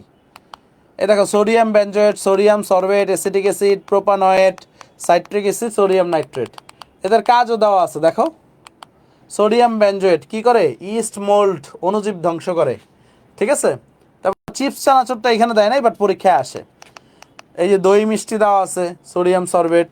তারপর দেখো অ্যাসিটিক অ্যাসিড, চাটনি, সস, আচার, সবগুলোর ব্যবহার এখানে দেওয়া আছে। জুস সংরক্ষণে, সালফেট, সালফার ডাইঅক্সাইড, ওকে, এই জিনিসগুলো। খাদ্য মাছ মাংস সংরক্ষণে তোমার কি সোডিয়াম নাইট্রেট, নাইট্রাইট, ওই সাইট্রিক অ্যাসিড। সো এই জিনিসগুলো ছক থেকেও পড়ে নিতে পারবা। দেখো এই যে BHT, BHA, TBHQ, এগুলো কি অ্যান্টি অক্সিডেন্ট।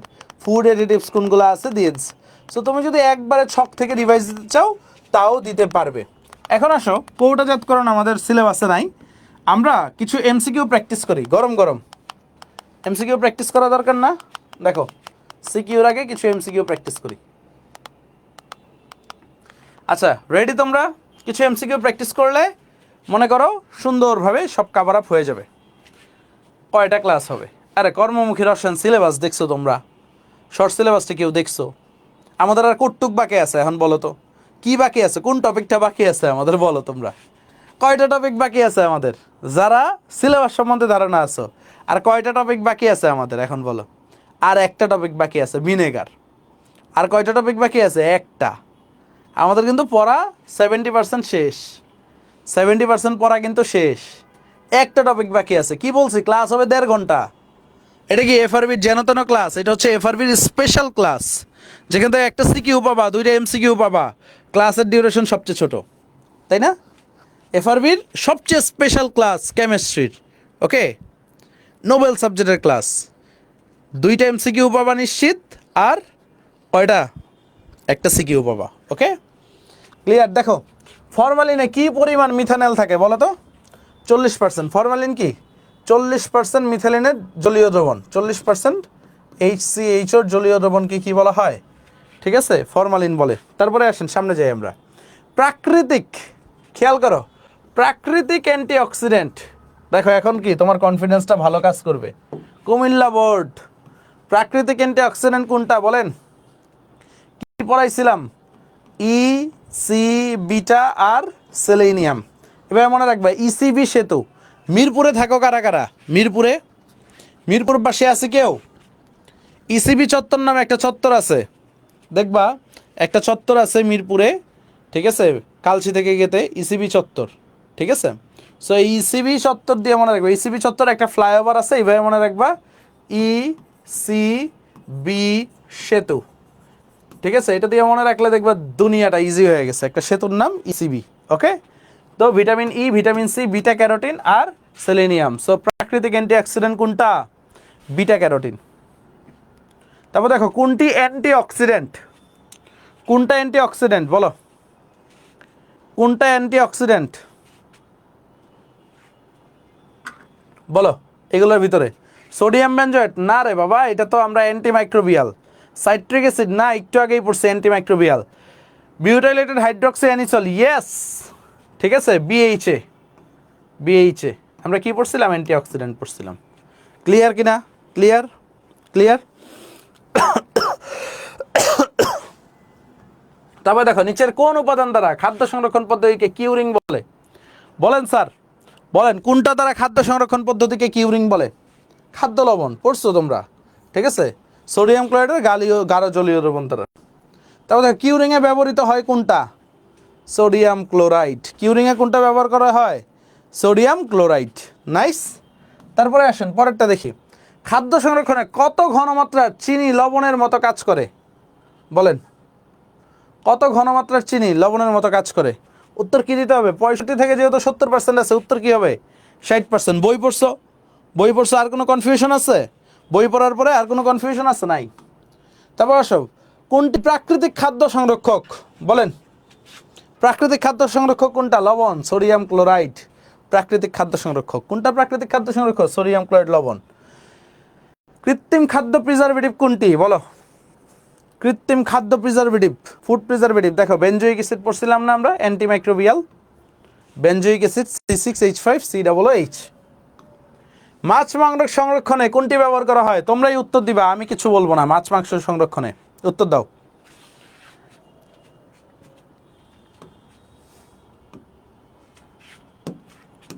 আমি একটু আসতেছি, একটু পানি খেয়ে আসতেছি, তোমরা একটু থাকো। হ্যাঁ, দেখো সবাই কেউ যায় না, 1 মিনিট।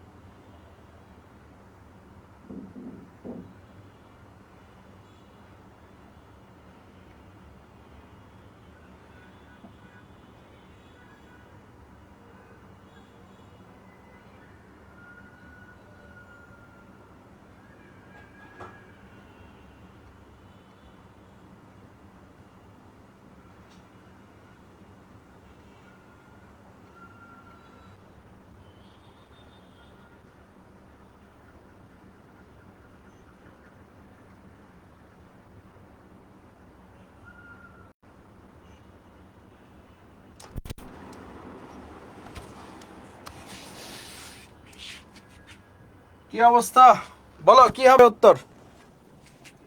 মাছ মাংস সংরক্ষণে ব্যবহৃত প্রিজারভেটিভ কোনটি বলো? সবাই সবাই উত্তর দাও। অ্যান্সার কি হবে? Sodium nitrite.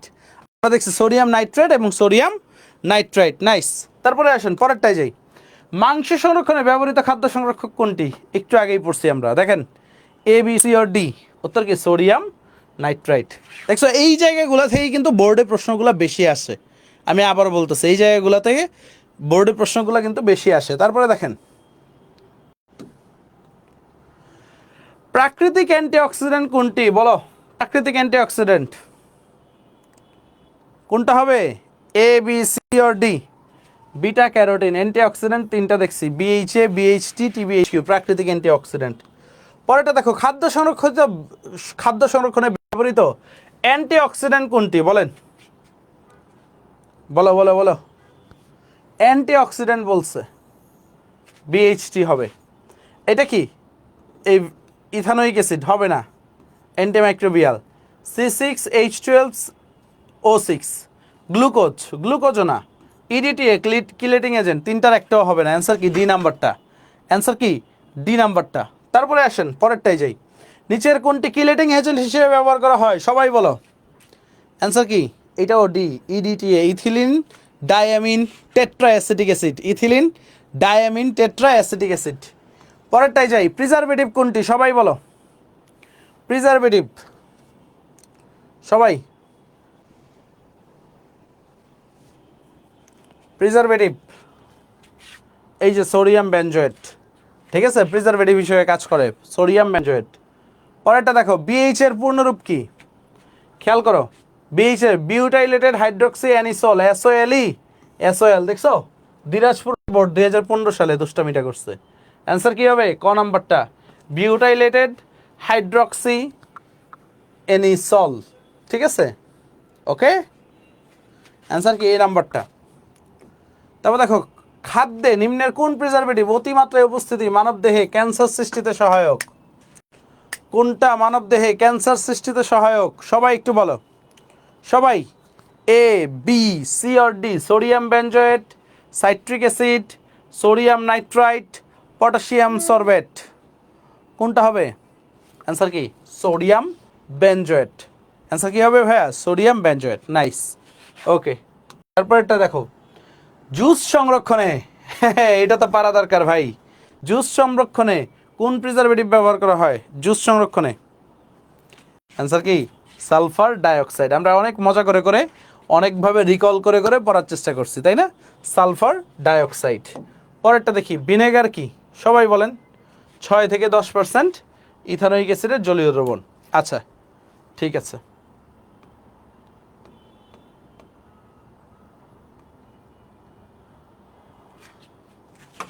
এইটা সবাই বলছে সোডিয়াম বেনজয়েট হবে। এইটা সোডিয়াম বেনজয়েট হবে না, এটা সোডিয়াম নাইট্রেট হবে। ঠিক আছে, এটা কি হবে? সোডিয়াম নাইট্রেট হবে। ক্লিয়ার সবাই? ক্লিয়ার? এটা কি হবে? সোডিয়াম নাইট্রেট হবে। ডান।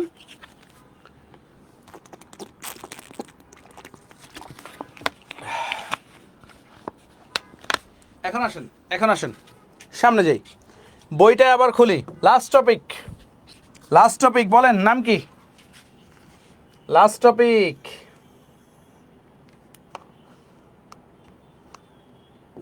লাস্ট টপিকে যাচ্ছি আমরা।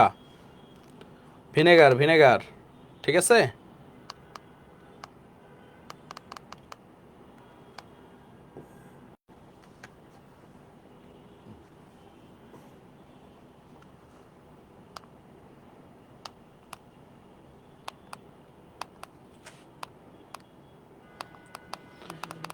হুম,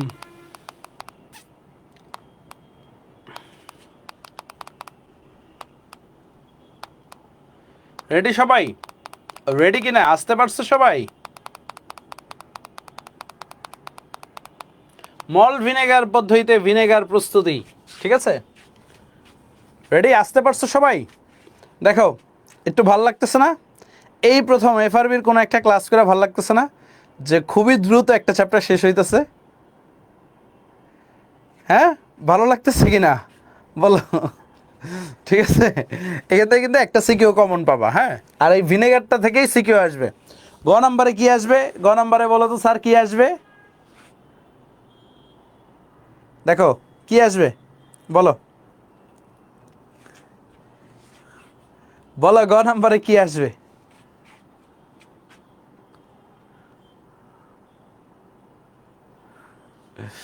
গ নাম্বারে আসবে প্রস্তুতি, ঠিক আছে? আর ঘ নাম্বারে কি আসবে বলো তো?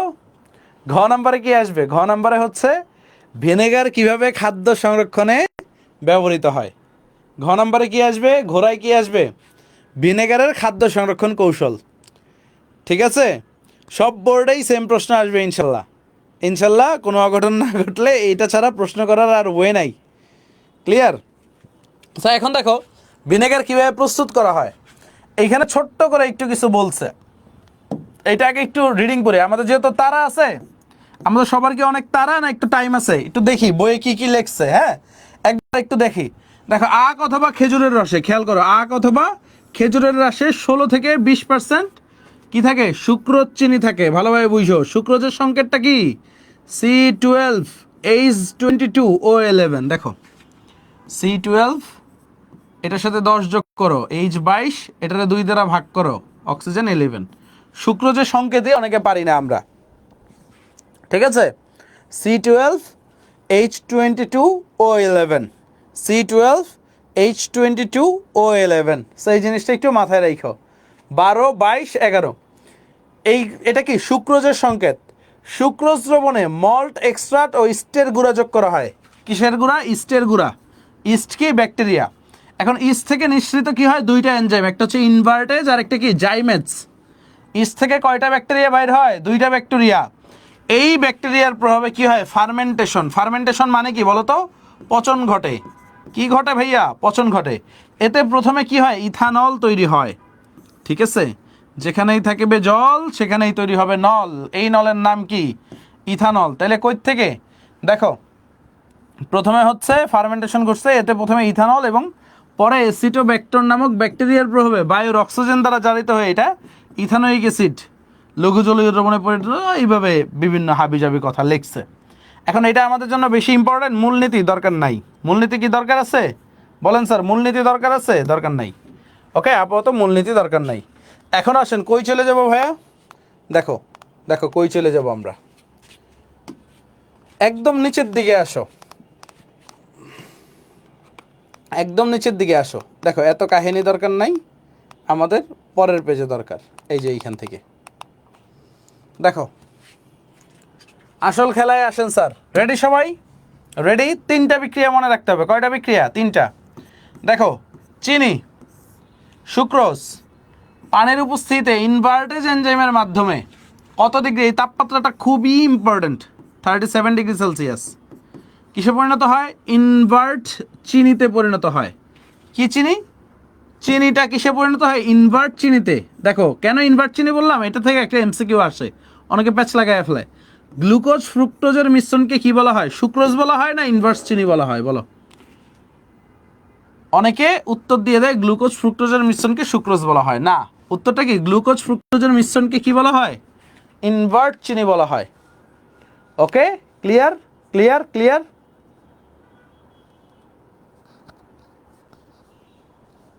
কি আইপিএল নিয়ে কথা বলতেছো নাকি? হ্যাঁ, আজকে তো ট্রাভিস হেড আন্ডা মারছে। আইপিএল এর অনেক সময় আছে, আগে পরীক্ষাটা পাশ করো, ঠিক আছে? ও বিডি ভার্সেস ইউএসএ। এই ইউএসএ নামে কোনো দল আছে? আমেরিকা? হ্যাঁ, আমেরিকা কবে থেকে ক্রিকেট খেলে? তো এই আমেরিকার সাথে কয় উইকেট গেছে, বাংলাদেশের 3 উইকেট চলে গেছে। আল্লাহ, এই দিনও দেখা লাগলো। আরে যাক, ভালো হয়েছে। খেলাধুলা ছেড়ে দিছি, আর খেলাধুলা করার দরকার নাই, খেলাধুলা বুঝাও দরকার নাই। ওকে,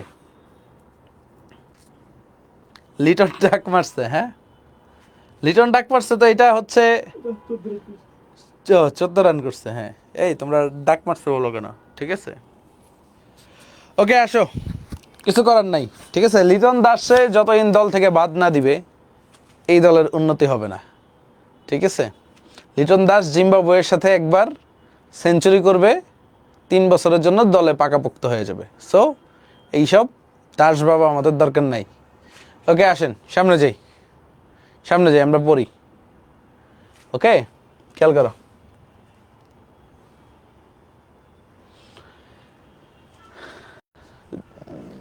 সো একটু খেয়াল করো, C12H22O11 পানি ইনভার্স চিনির ইনভার্টেজ এনজাইমের উপস্থিতিতে কি হবে? গ্লুকোজ ফ্রুক্টোজে পরিণত হবে। এটা কি সুক্রোজ ভেঙে গ্লুকোজ হয়েছে, ফ্রুক্টোজ হয়েছে। সো একটু দেখো, মনে রাখো, গ্লুকোজের সংকেত যা, ফ্রুক্টোজের সংকেত কিন্তু তা। এটা নিয়ে প্যাচ লাগানোর কিছু নাই। তারপরে কি হয়েছে দেখো, এই যে গ্লুকোজ ফ্রুক্টোজের মিশ্রণ দেখো, 2 মল C6H12O6, এই মিশ্রণটাকে তুমি যদি জাইমেজ এনজাইমগুলোর নাম রাখা বেশি জরুরি। পরীক্ষায় কিন্তু এনজাইমগুলোর নাম আসবে। হ্যাঁ, জাইমেজ এনজাইমে যদি রুম টেম্পারেচারে রেখে দাও 20 থেকে 24 ডিগ্রি সেলসিয়াস, এটা কি হবে? ইথানল প্লাস কার্বন ডাইঅক্সাইড তৈরি হবে। কি কি তৈরি হবে? Ethanol, carbon dioxide. সো এইটুক মাথায় ঢুকছে, তো এইটুক মাথায় ঢুকছে। এই যে ভাঙ্গি বুঝছো? ঠিক আছে, ভাঙ্গি বুঝছো তোমরা?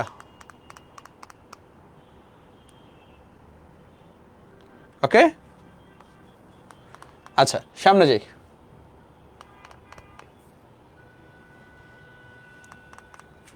দেখো নিচের দিকে আছে একটা, এই যে ইথানল, 10% ইথানলকে অক্সিজেনের উপস্থিতিতে, দেখো কি অ্যাসিটোব্যাক্টর, এই এনজাইমটা মনে থাকবে তো, অ্যাসিটোব্যাক্টরের উপস্থিতিতে কি ইথানোয়িক অ্যাসিড, এই ইথানোয়িক অ্যাসিডের 6% জলীয় দ্রবণকে কি বলা হয়? ভিনেগার বলা হয়।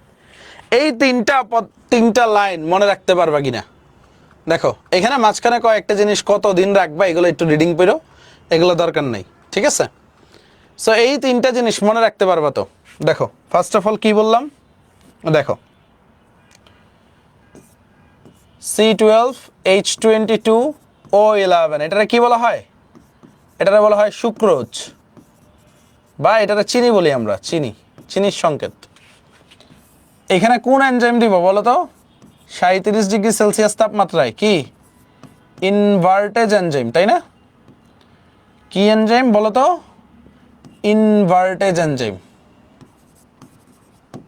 আরে বাংলা বানান তো ভুলে গেছি। Invertase enzyme. ওকে, ধরলাম। কি হবে? ইনভার্টেজ এনজাইম দিলে ইনভার্স চিনি হবে, বুঝছো? ইনভার্টেজ এনজাইম দিলে ইনভার্স চিনি হবে, অর্থাৎ C6H12O6, glucose plus fructose, C6H12O6। এটারে কি বলবা? গ্লুকোজ। এটারে কি বলবা? ফ্রুক্টোজ। বুঝছো নি ব্যাপারটা? গ্লুকোজ ফ্রুক্টোজের মিশ্রণকে কি বলা হয়? আমরা ইনভার্স সুগার বলি, ইনভার্স চিনি বলি, বা ইনভার্স সুগার বলি। এই যে এই 2 মল গ্লুকোজ ফ্রুক্টোজ, বদ্দা বসেন, শেষ, আর 5 মিনিট লাগবে। এই যে শেষ, 2 মল C6H12O6 গ্লুকোজ ফ্রুক্টোজ, এইটারে যদি, ঠিক আছে, 2 মল গ্লুকোজ ফ্রুক্টোজরে যদি আমরা কি দিব বলেন তো? এনজাইমটার নাম জাইমেজ এনজাইম। এটা কি রুম টেম্পারেচারে রাখলেই হবে, 20 থেকে 24 ডিগ্রি সেলসিয়াস। কি হবে? Ethanol, C2H5OH, ethanol. আর কি হবে বাবা বলো? আর কার্বন ডাইঅক্সাইড। দুইটাই মনে রাখবা 4 মোল কইরা। দুইটাই কি 4 মারছে? আমাদের লিটন দাস 4 না মারতে পারলেও, ঠিক আছে, লিটন দাস যদি 4 না মারতেও পারে, ইথানল আর কার্বন ডাইঅক্সাইড কি মারতে পারবে? 4 মারতে পারবে। ক্লিয়ার? মুনতাহা জাহান, এখনো বিশ্বাস হচ্ছে না, 1 ক্লাসে চ্যাপ্টার শেষ। তারপরে দেখেন কি ছিল স্যার, তারপরেরটা কি ছিল দেখেন, নিচের দিকে আসেন, নিচের দিকে আসেন। তারপরে এই দেখেন ইথানল 10% নিছি, অক্সিজেন আর অ্যাসিটোব্যাক্টর নিছি। অ্যাসিটোব্যাক্টর নিলে কি হবে? অ্যাসিটিক অ্যাসিড তৈরি হবে আর পানি। দেখেন তারপর দেখো C2H5OH 10%, অক্সিজেনের উপস্থিতিতে কি নিছো? অ্যাসিটোব্যাক্টর। অ্যাসিটোব্যাক্টর তো তোমার কি হবে? ইথানোয়িক অ্যাসিড প্লাস পানি। এটা 6%, তো কি বলবা তুমি? ভিনেগার। সো মূল জিনিস কি? মূল জিনিস হচ্ছে 3টা এনজাইম মুখস্থ রাখা। কয়টা এনজাইম? 3টা এনজাইম মুখস্থ রাখা। পারবা না ভাইয়া?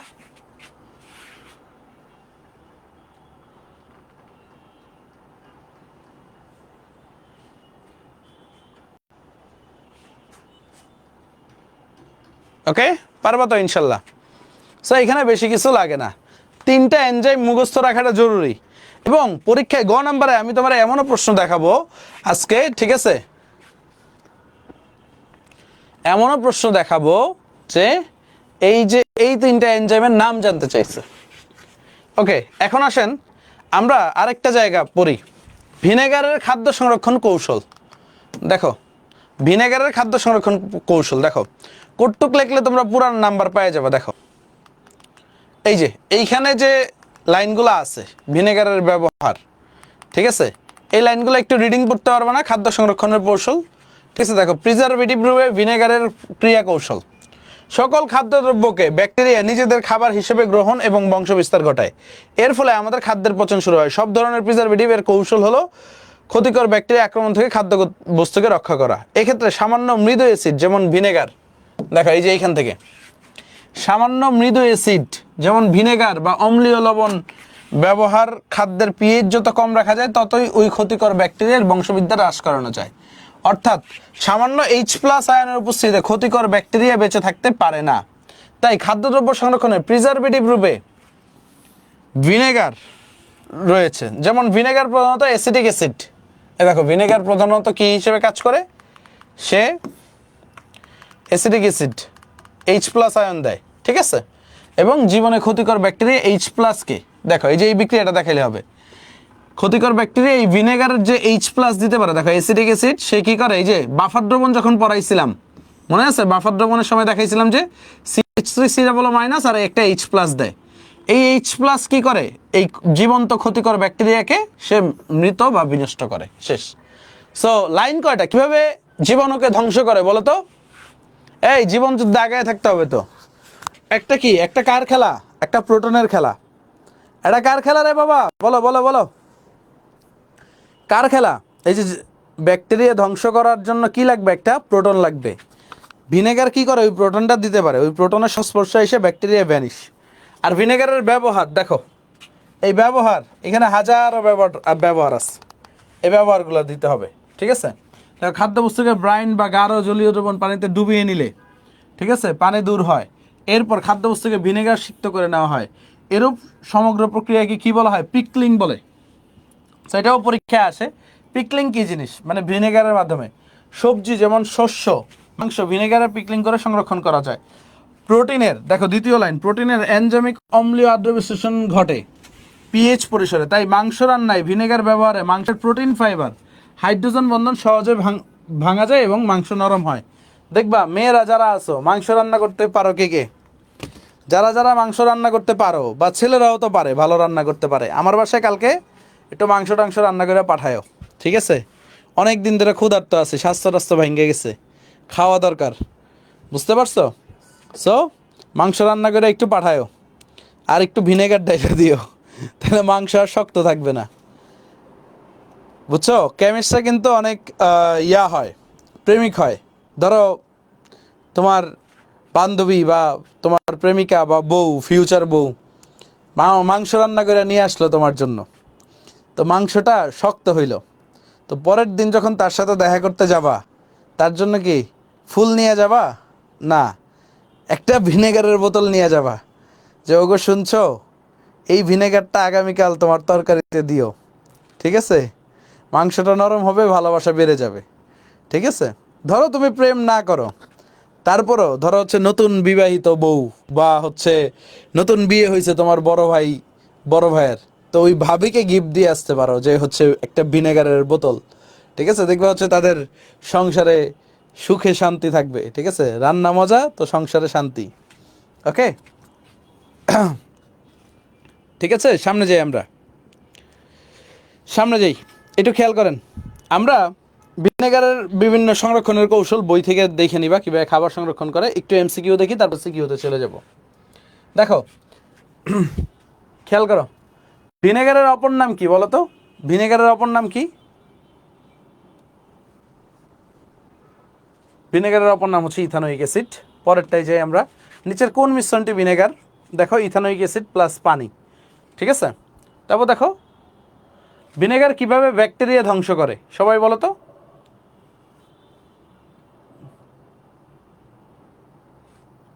দ্রবণে পিএইচ এর মান কমিয়ে দিয়ে, কিন্তু হ্যাঁ, দ্রবণে পিএইচ এর মান কমিয়ে দিয়ে। ভিনেগার দ্বারা খাদ্য সংরক্ষণের পদ্ধতিকে কি বলা হয়? একটু আগে দেখলাম পিকলিং, পড়লাম না আমরা? ভিনেগার দ্বারা খাদ্য সংরক্ষণের কৌশলটাকে কি বলা হয়? পিকলিং। ভিনেগারের শতকরা কত ভাগ পানি থাকে?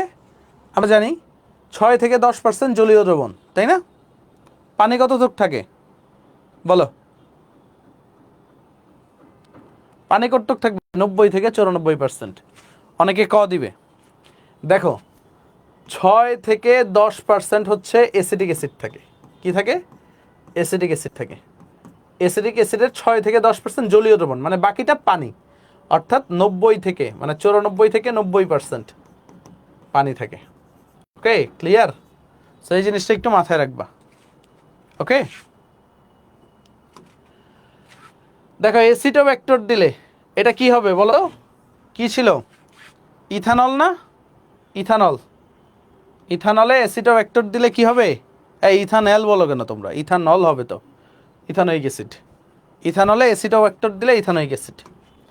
মল্ট ভিনেগার প্রস্তুতিতে অ্যামোনিয়াম সালফেট ও অ্যামোনিয়াম ফসফেট ব্যবহৃত হয় কি করার কারণে? এটা হচ্ছে ব্যাকটেরিয়া বৃদ্ধিতে সহায়ক। এটা হাজারি স্যারের বইয়ে আছে লাইনটা, আমি একটু দেখাই দিই তোমাদের।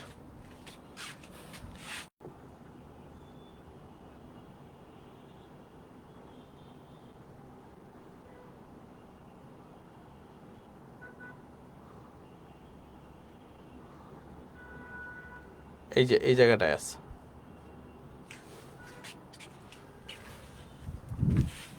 খেয়াল করো।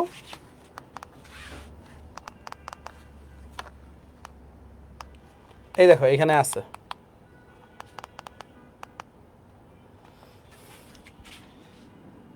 অ্যামোনিয়াম সালফেট এবং অ্যামোনিয়াম ফসফেট লবণ ইস্টের বৃদ্ধিতে সহায়তা করে। কার বৃদ্ধিতে? ইস্টের বৃদ্ধিতে। ইস্ট কি? একটা ব্যাকটেরিয়া, বোঝা গেছে? অ্যামোনিয়াম সালফেট এবং অ্যামোনিয়াম ফসফেট কি করে? ইস্টের বৃদ্ধিতে সহায়তা করে। সো এটা মাথায় রাখবা কি, ব্যাকটেরিয়া বৃদ্ধিতে সহায়তা করে। ক্লিয়ার সবাই? ক্লিয়ার? পরেরটা যাই। কুইক ভিনেগার প্রস্তুতিতে কোনটি ব্যাকটেরিয়া বৃদ্ধিতে সহায়তা করে বলো? এই সেম জিনিস, অ্যামোনিয়াম সালফেট। অ্যামোনিয়াম সালফেট আর অ্যামোনিয়াম ফসফেট পড়ছো না? Ammonium sulphate. তারপর দেখো, মল ভিনেগার প্রস্তুতিতে সুক্রোজের আর্দ্র বিশ্লেষণে একটু ভালোভাবে বুঝো কোন এনজাইম তৈরি হয়? সুক্রোজ। সুক্রোজ থেকে কি তৈরি হয়? আর্দ্র বিশ্লেষণে কোন এনজাইমটা ব্যবহৃত হয় বলো তো? আমরা ইনভার্টেজ এনজাইম ব্যবহার করি না? ইনভার্টেজ এনজাইম কি করে? ইনভার্স সুগার তৈরি করে, তাই না? ইনভার্স সুগার তৈরি করে। ওকে, গ্লুকোজ ফ্রুক্টোজ। কোন এনজাইমের প্রভাবে গ্লুকোজ এবং ফ্রুক্টোজ ইথানলে পরিণত হয় বলো তো? Zymase enzyme. মনে রাখবা, জাইমেজ এনজাইম। এনজাইমগুলো বেশি দরকার, জাইমেজ এনজাইম। পরেরটা দেখি আমরা, কোন এনজাইমের প্রভাবে ইনভার্স চিনি হতে ইথানল তৈরি হয়? ঠিক সেমভাবে জাইমেজ এনজাইম, গ্লুকোজ ফ্রুক্টোজ ইথানলে পরিণত হয়। আচ্ছা, তারপরে দেখো, মল্টোজ হতে গ্লুকোজ উৎপাদনে কোন এনজাইম বলো তো? বলো, মল্টোজ হতে গ্লুকোজ, বলো বলো বলো। মেল্টেজ এনজাইম, তাই না? মেল্টেজ এনজাইম, মাথায় রেখো। তারপর দেখো, অঙ্কুরিত বার্লি হতে প্রস্তুতকৃত ভিনেগার কোনটি? বার্লি হতে প্রস্তুতকৃত ভিনেগার কোনটি দেখে নিও, ঠিক আছে? আমার মনে নেই। HW। কোনটি থেকে ভিনেগার প্রস্তুতি অপেক্ষাকৃত সহজ হবে বল? আলু থেকে না? না ইথানল থেকে? কোনটা কোনটা কোনটা থেকে ভিনেগার প্রস্তুতি সহজ হবে? সবাই একটু বলো।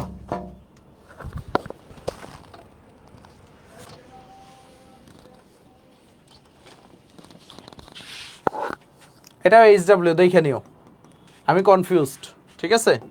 সো এত প্যারা আমাদের দিও না। সমমল গ্লুকোজ ফ্রুক্টোজের মিশ্রণকে কি বলা হয় বলো? গ্লুকোজ এবং ফ্রুক্টোজের মিশ্রণকে কি বলা হয়?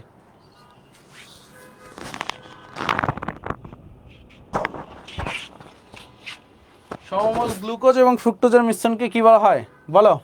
ইনভার্স চিনি বলা হয়, ঠিক আছে? এখন আসো আমরা সিকিউতে যাই, MCQ শেষ আমাদের, হ্যাঁ? এখন আসো আমরা সিকিউতে যাই, সিকিউ দেখি। দেখো সিকিউতে আমি কিচ্ছু পড়াবো না তোমাদের, সিকিউ জাস্ট দেখাবো, সিকিউ জাস্ট দেখাবো। দেখো কি দেওয়া আছে দেখতে পারো তোমরা সিকিউ, না বেশি ছোট হয়ে গেছে? সিকিউটা দেখতে পারো? একটু বলো, সিকিউটা দেখতে পারো? ইয়েস অর নো বলো। ওকে, এখন দেখেন স্যার কি বলছে, ঢাকা বোর্ড 2023-এ আসছে প্রশ্ন, উদ্দীপকের এম যৌগটির উৎপাদন পদ্ধতি। এমটা কি বলেন তো? অ্যাসিটোব্যাক্টর যদি থাকে, ইথানোয়িক অ্যাসিড না, CH3COOH, পদ্ধতি বর্ণনা করো। আর কি দেখানো লাগবে? উৎপাদন পদ্ধতি, ইয়েস অর নো? উৎপাদন পদ্ধতি দেখানো লাগবে বলো। তারপরে দেখো এম যৌগটি খাদ্য সংরক্ষণে ভূমিকা রাখে কিনা? রাখে?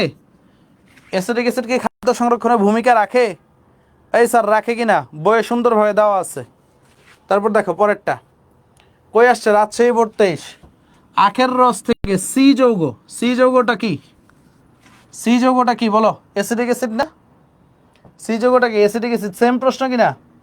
Same same but different. Okay, মাথায় থাকবে তো? তারপর দেখো উদ্দীপকের সি যৌগ জীবাণুরোধী ক্রিয়ায়, অ্যাসিটিক অ্যাসিড খাদ্য সংরক্ষণ, মানে জীবাণুরোধী মানে কি? খাদ্য সংরক্ষণে কৌশল রাখে। ওকে, তারপর দেখো, এ হচ্ছে খাদ্য সংরক্ষক খেজুরের রস থেকে, কুমিল্লা বোর্ড। প্রস্তুতি দেখাও, একই প্রশ্ন, খাদ্য সংরক্ষক হিসেবে উপযুক্ততা বিশ্লেষণ করো।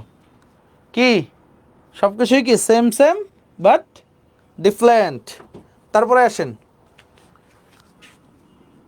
C3H7O6 ঠিক আছে, এ বি জারণ হয়েছে, ইথানল, সি গ্যাস হয়েছে, খাদ্য সংরক্ষণে উদ্দীপকের বি যৌগটির কৌশল। আর কিছু দেখানো লাগবে? ঠিক আছে, ক্লিয়ার? ক্লিয়ার, ইজি, একদম ইজি। বাকি সব প্রশ্ন তুমি দেখবা, বাকি সব প্রশ্ন একই রকম, কোনো পার্থক্য নাই। দেখো একটা প্রশ্ন কি আসছে, উদ্দীপকের বিক্রিয়াগুলো পূরণ করো। অর্থাৎ এই এল, এই এম, একটা এন, দিনাজপুর বোর্ড 21 পূরণ করতে বলছে, পারবেন কি না LMN পূরণ করতে? ঠিক আছে, clear, done done done done. And আলহামদুলিল্লাহ আমাদের কি আর কিছু পড়ানোর আছে এই চ্যাপ্টারে? তোমরা বলো, এই চ্যাপ্টারে আর কিছু বাকি আছে? এই চ্যাপ্টারে আর কিছু বাকি আছে? আছে আছে আছে, কিচ্ছু বাকি নাই, কিচ্ছু বাকি নেই। দিন শেষে আলহামদুলিল্লাহ, টাটা, বাই বাই। তোমাদের সাথে একাডেমিকের জার্নি অফিসিয়ালি শেষ, আর কিচ্ছু বাকি নাই। সো তোমাদেরকে অনেক মিস করব, খুব ভালো থাইকো, হ্যাঁ? ভালোভাবে HSC-টা দাও, তাহলে নিজের যে ড্রিম ইউনিভার্সিটিটা আছে বা নিজের যেটা টার্গেট, HSC-টা অনেক বিগ একটা ফ্যাক্টর। HSC-টা ভালোভাবে দাও, চেষ্টা করিও GPA 5 পাওয়ার, বা তোমার যে কাঙ্ক্ষিত মার্কগুলো আছে মার্কগুলো পাওয়ার, আর নিজের সেরাটা দেওয়ার চেষ্টা করো, হ্যাঁ? আর বিদায় শব্দটা খুবই ভারী, এত মানে এই যে 1 মিনিট আগেও আমি অনেক উৎফুল্ল ছিলাম, যে আমার মনে ছিল না যে আজকে লাস্ট ক্লাস, ঠিক আছে? মানে একটা ব্যাচের সাথে এই যে বিদায়টা খুবই ভারী, হ্যাঁ? মানে মুহূর্তের ভিতরে কেমন জানি ইমোশনাল হয়ে গেলাম। যাক, ভালো থাকো, টাটা, বাই বাই। হ্যাঁ, দোয়া করো, তোমাদের জন্য অনেক দোয়া। আল্লাহ হাফেজ। ওকে, ভালোভাবে পড়ালেখা করো।